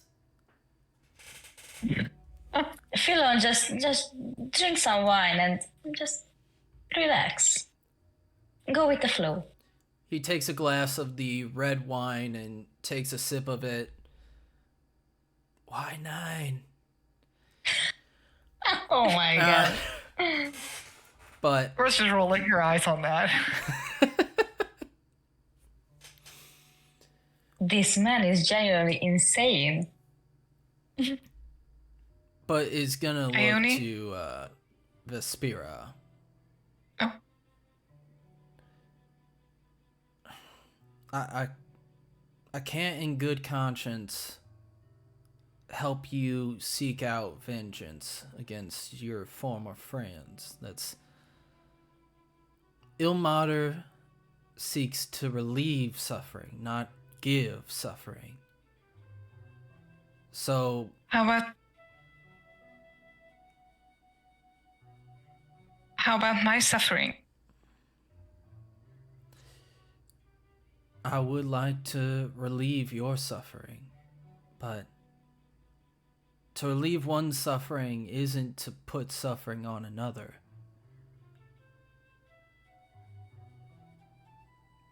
So what? They just get to thrive up there while I'm here left in the dust? Now, they don't have to thrive. They don't have to... See, here's the thing. There's more ways of making someone pay than through blood and violence. In that matter, I'll help you. I'll be of service. But I cannot and will not draw blood. I was put on this planet so that I can heal, and that's what I'm gonna do. Thank you. Kind of nods his head, goes back to drinking his wine. Why 9? I mean, at the end of the day, everybody would sleep better if we don't have to fear about someone would attack us in the dream. So it's just easier to kill them. I'm just saying.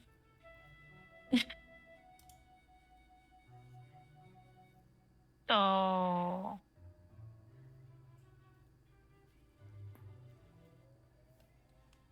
if I'd ask you, Cassian is not gonna like the, or not Cassian. I don't know why I'm just thinking Cassian. Filian. Filian is not going to like the Underdark. oh, you I can will. I already feel like you tell will you. love it. I can already tell you he is going to hate it. Oh, come on. It'll be fun. He can pretend he's our slave. Pretend. That will play right. Pretend. Keyword. But back to Miss Persephone. Now I have the song in my head.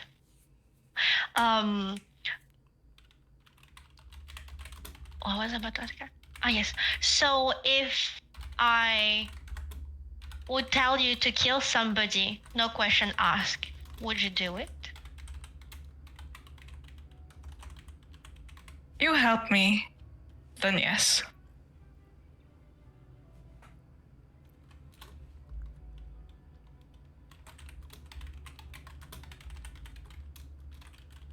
Obviously, I won't go around and kill someone for fun.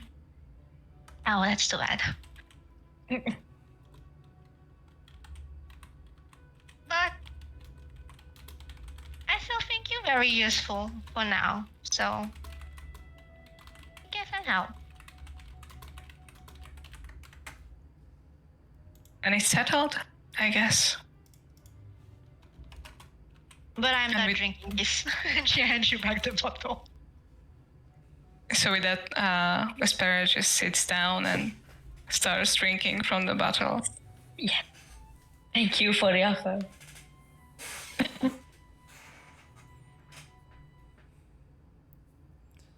All right. I would drink happily all of it. And I think with that, we're gonna call it for tonight because it is like 2 minutes before 7, so we did pretty good on time. Unless you guys And want it's to keep 2 going. a.m. for us. Yeah, you guys need to sleep, so Yes. I don't want to burn you guys out like what happened with Cal. So real quick, Okay. oh, also, by the way, everybody, level up to level 4 Okay. Oh, nice. because of that awesome roleplay and character development. You guys get to level up. We deserve it. Also, going through the trauma of those dreams, yes. Oh, yes. So for those that are watching on Twitch and those who are going to see this later, I like to end my sessions with a little Q&A, comments, questions, concerns, so that we can have a little talk and see what everybody feels like. So, you know what? We're going to start top to bottom. M, what do you think? I really like this one. I mean, I know I say this every time, but this is the truth. And I just hope that for Vespera, this wasn't too fast. I mean, the group was traveling together for more than 30 days. Is that right? Yes. Yeah. So like more than a month. And I felt like that. So I felt like we haven't been really communicating as a group. So I tried to remedy that because everyone's character is just so, I don't know, secretive, and It's almost like you have 2 drow in the party. yeah. Praise Lolth. Yeah, so I thought that I would kind of drop this bomb on everyone because I think it's from a role play perspective, it's important to find something as a group that, you know, makes us stay together and work together. Absolutely. That is one of So everybody, sorry. That is one of the like big things, is trying to find something that everybody can work towards.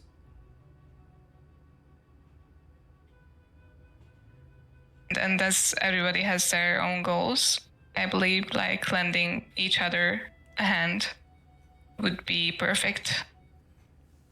But somehow we needed to achieve that. So we needed to get there, actually. Yeah. Yeah, basically that's it. What did you think of your dream? Oh, it was awesome. Yeah, and it really surprised me because all along I was like, from a role play perspective, I was thinking of Mirel as a, geez, I lost the word. Holy crap! Sorry. Google it. Google it.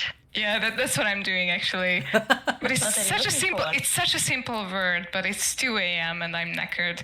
Or describe What it. are you looking for? Yeah, as a victim. Ah, I told you it's a simple word, but I just, it vanished from my mind. So I've been kind of thinking of her as a victim. Because in my story, I stated that I do not know what her motives would be. I knew about Caius, I could imagine, and for Thorn as well.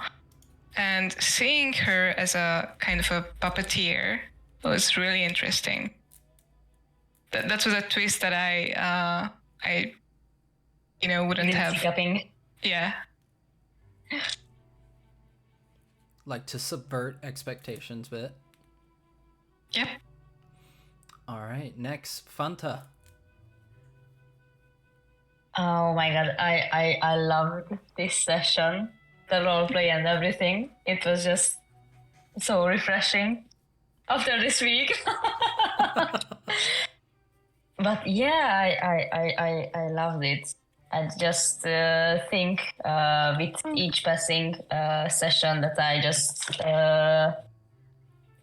grew together with my character.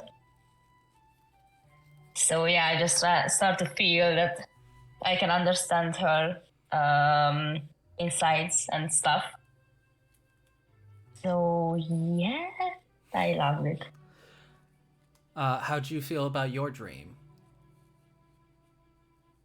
Oh, it was traumatizing as hell. So I almost cried at one point. But yes, it was really good to actually hear what I just write. I don't know, a month ago or so. So yeah, it was interesting to hear as the character, not as the person who wrote the story.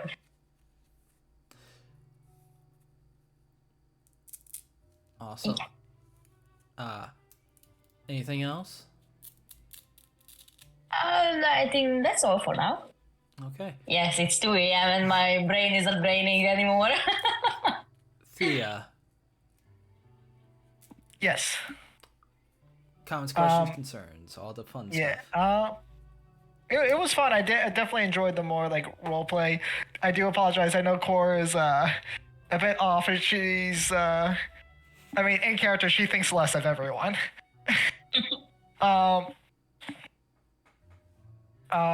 As for her dream, I think it kind of had the backfire effect of like, oh yeah, you can gain control of your health again. That's exactly what she wants.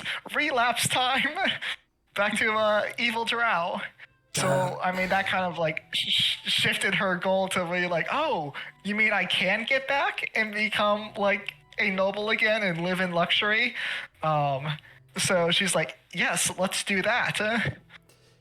That's the whole point. Yes. So she's like, yep, I'm going on that train. Didn't need to convince me. But other than that, I enjoyed the role play. Awesome. Erica. So as always, I loved it. It was nice and it was very different because usually there's always like a balance between like a little bit of fight and the role play, but it's nice and posed to have a session of role playing because we can also, I mean, it was very nice because we discovered more of each other. That was very nice.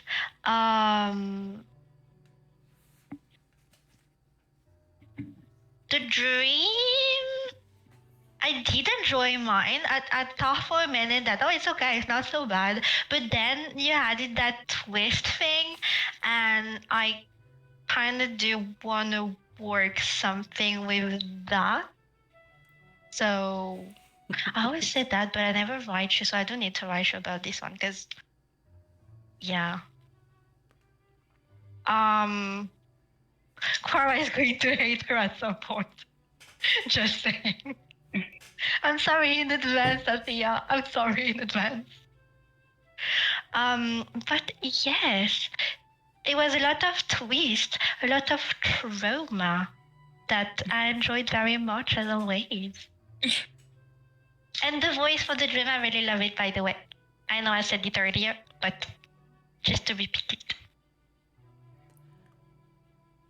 All right. With that, I think we're good to end this session. So for everyone watching, please, if you could, leave a like, comment, and subscribe. Let me know what you guys think. Anyone who wants to follow the Twitch stream, go ahead, follow me at Call Me Best, and we'll continue doing these every Saturday. So it was a lot of fun. This is my first time streaming, so if things were kind of janky. I'm still working on it, but yeah, overall, fun session. All right, gonna end the stream right about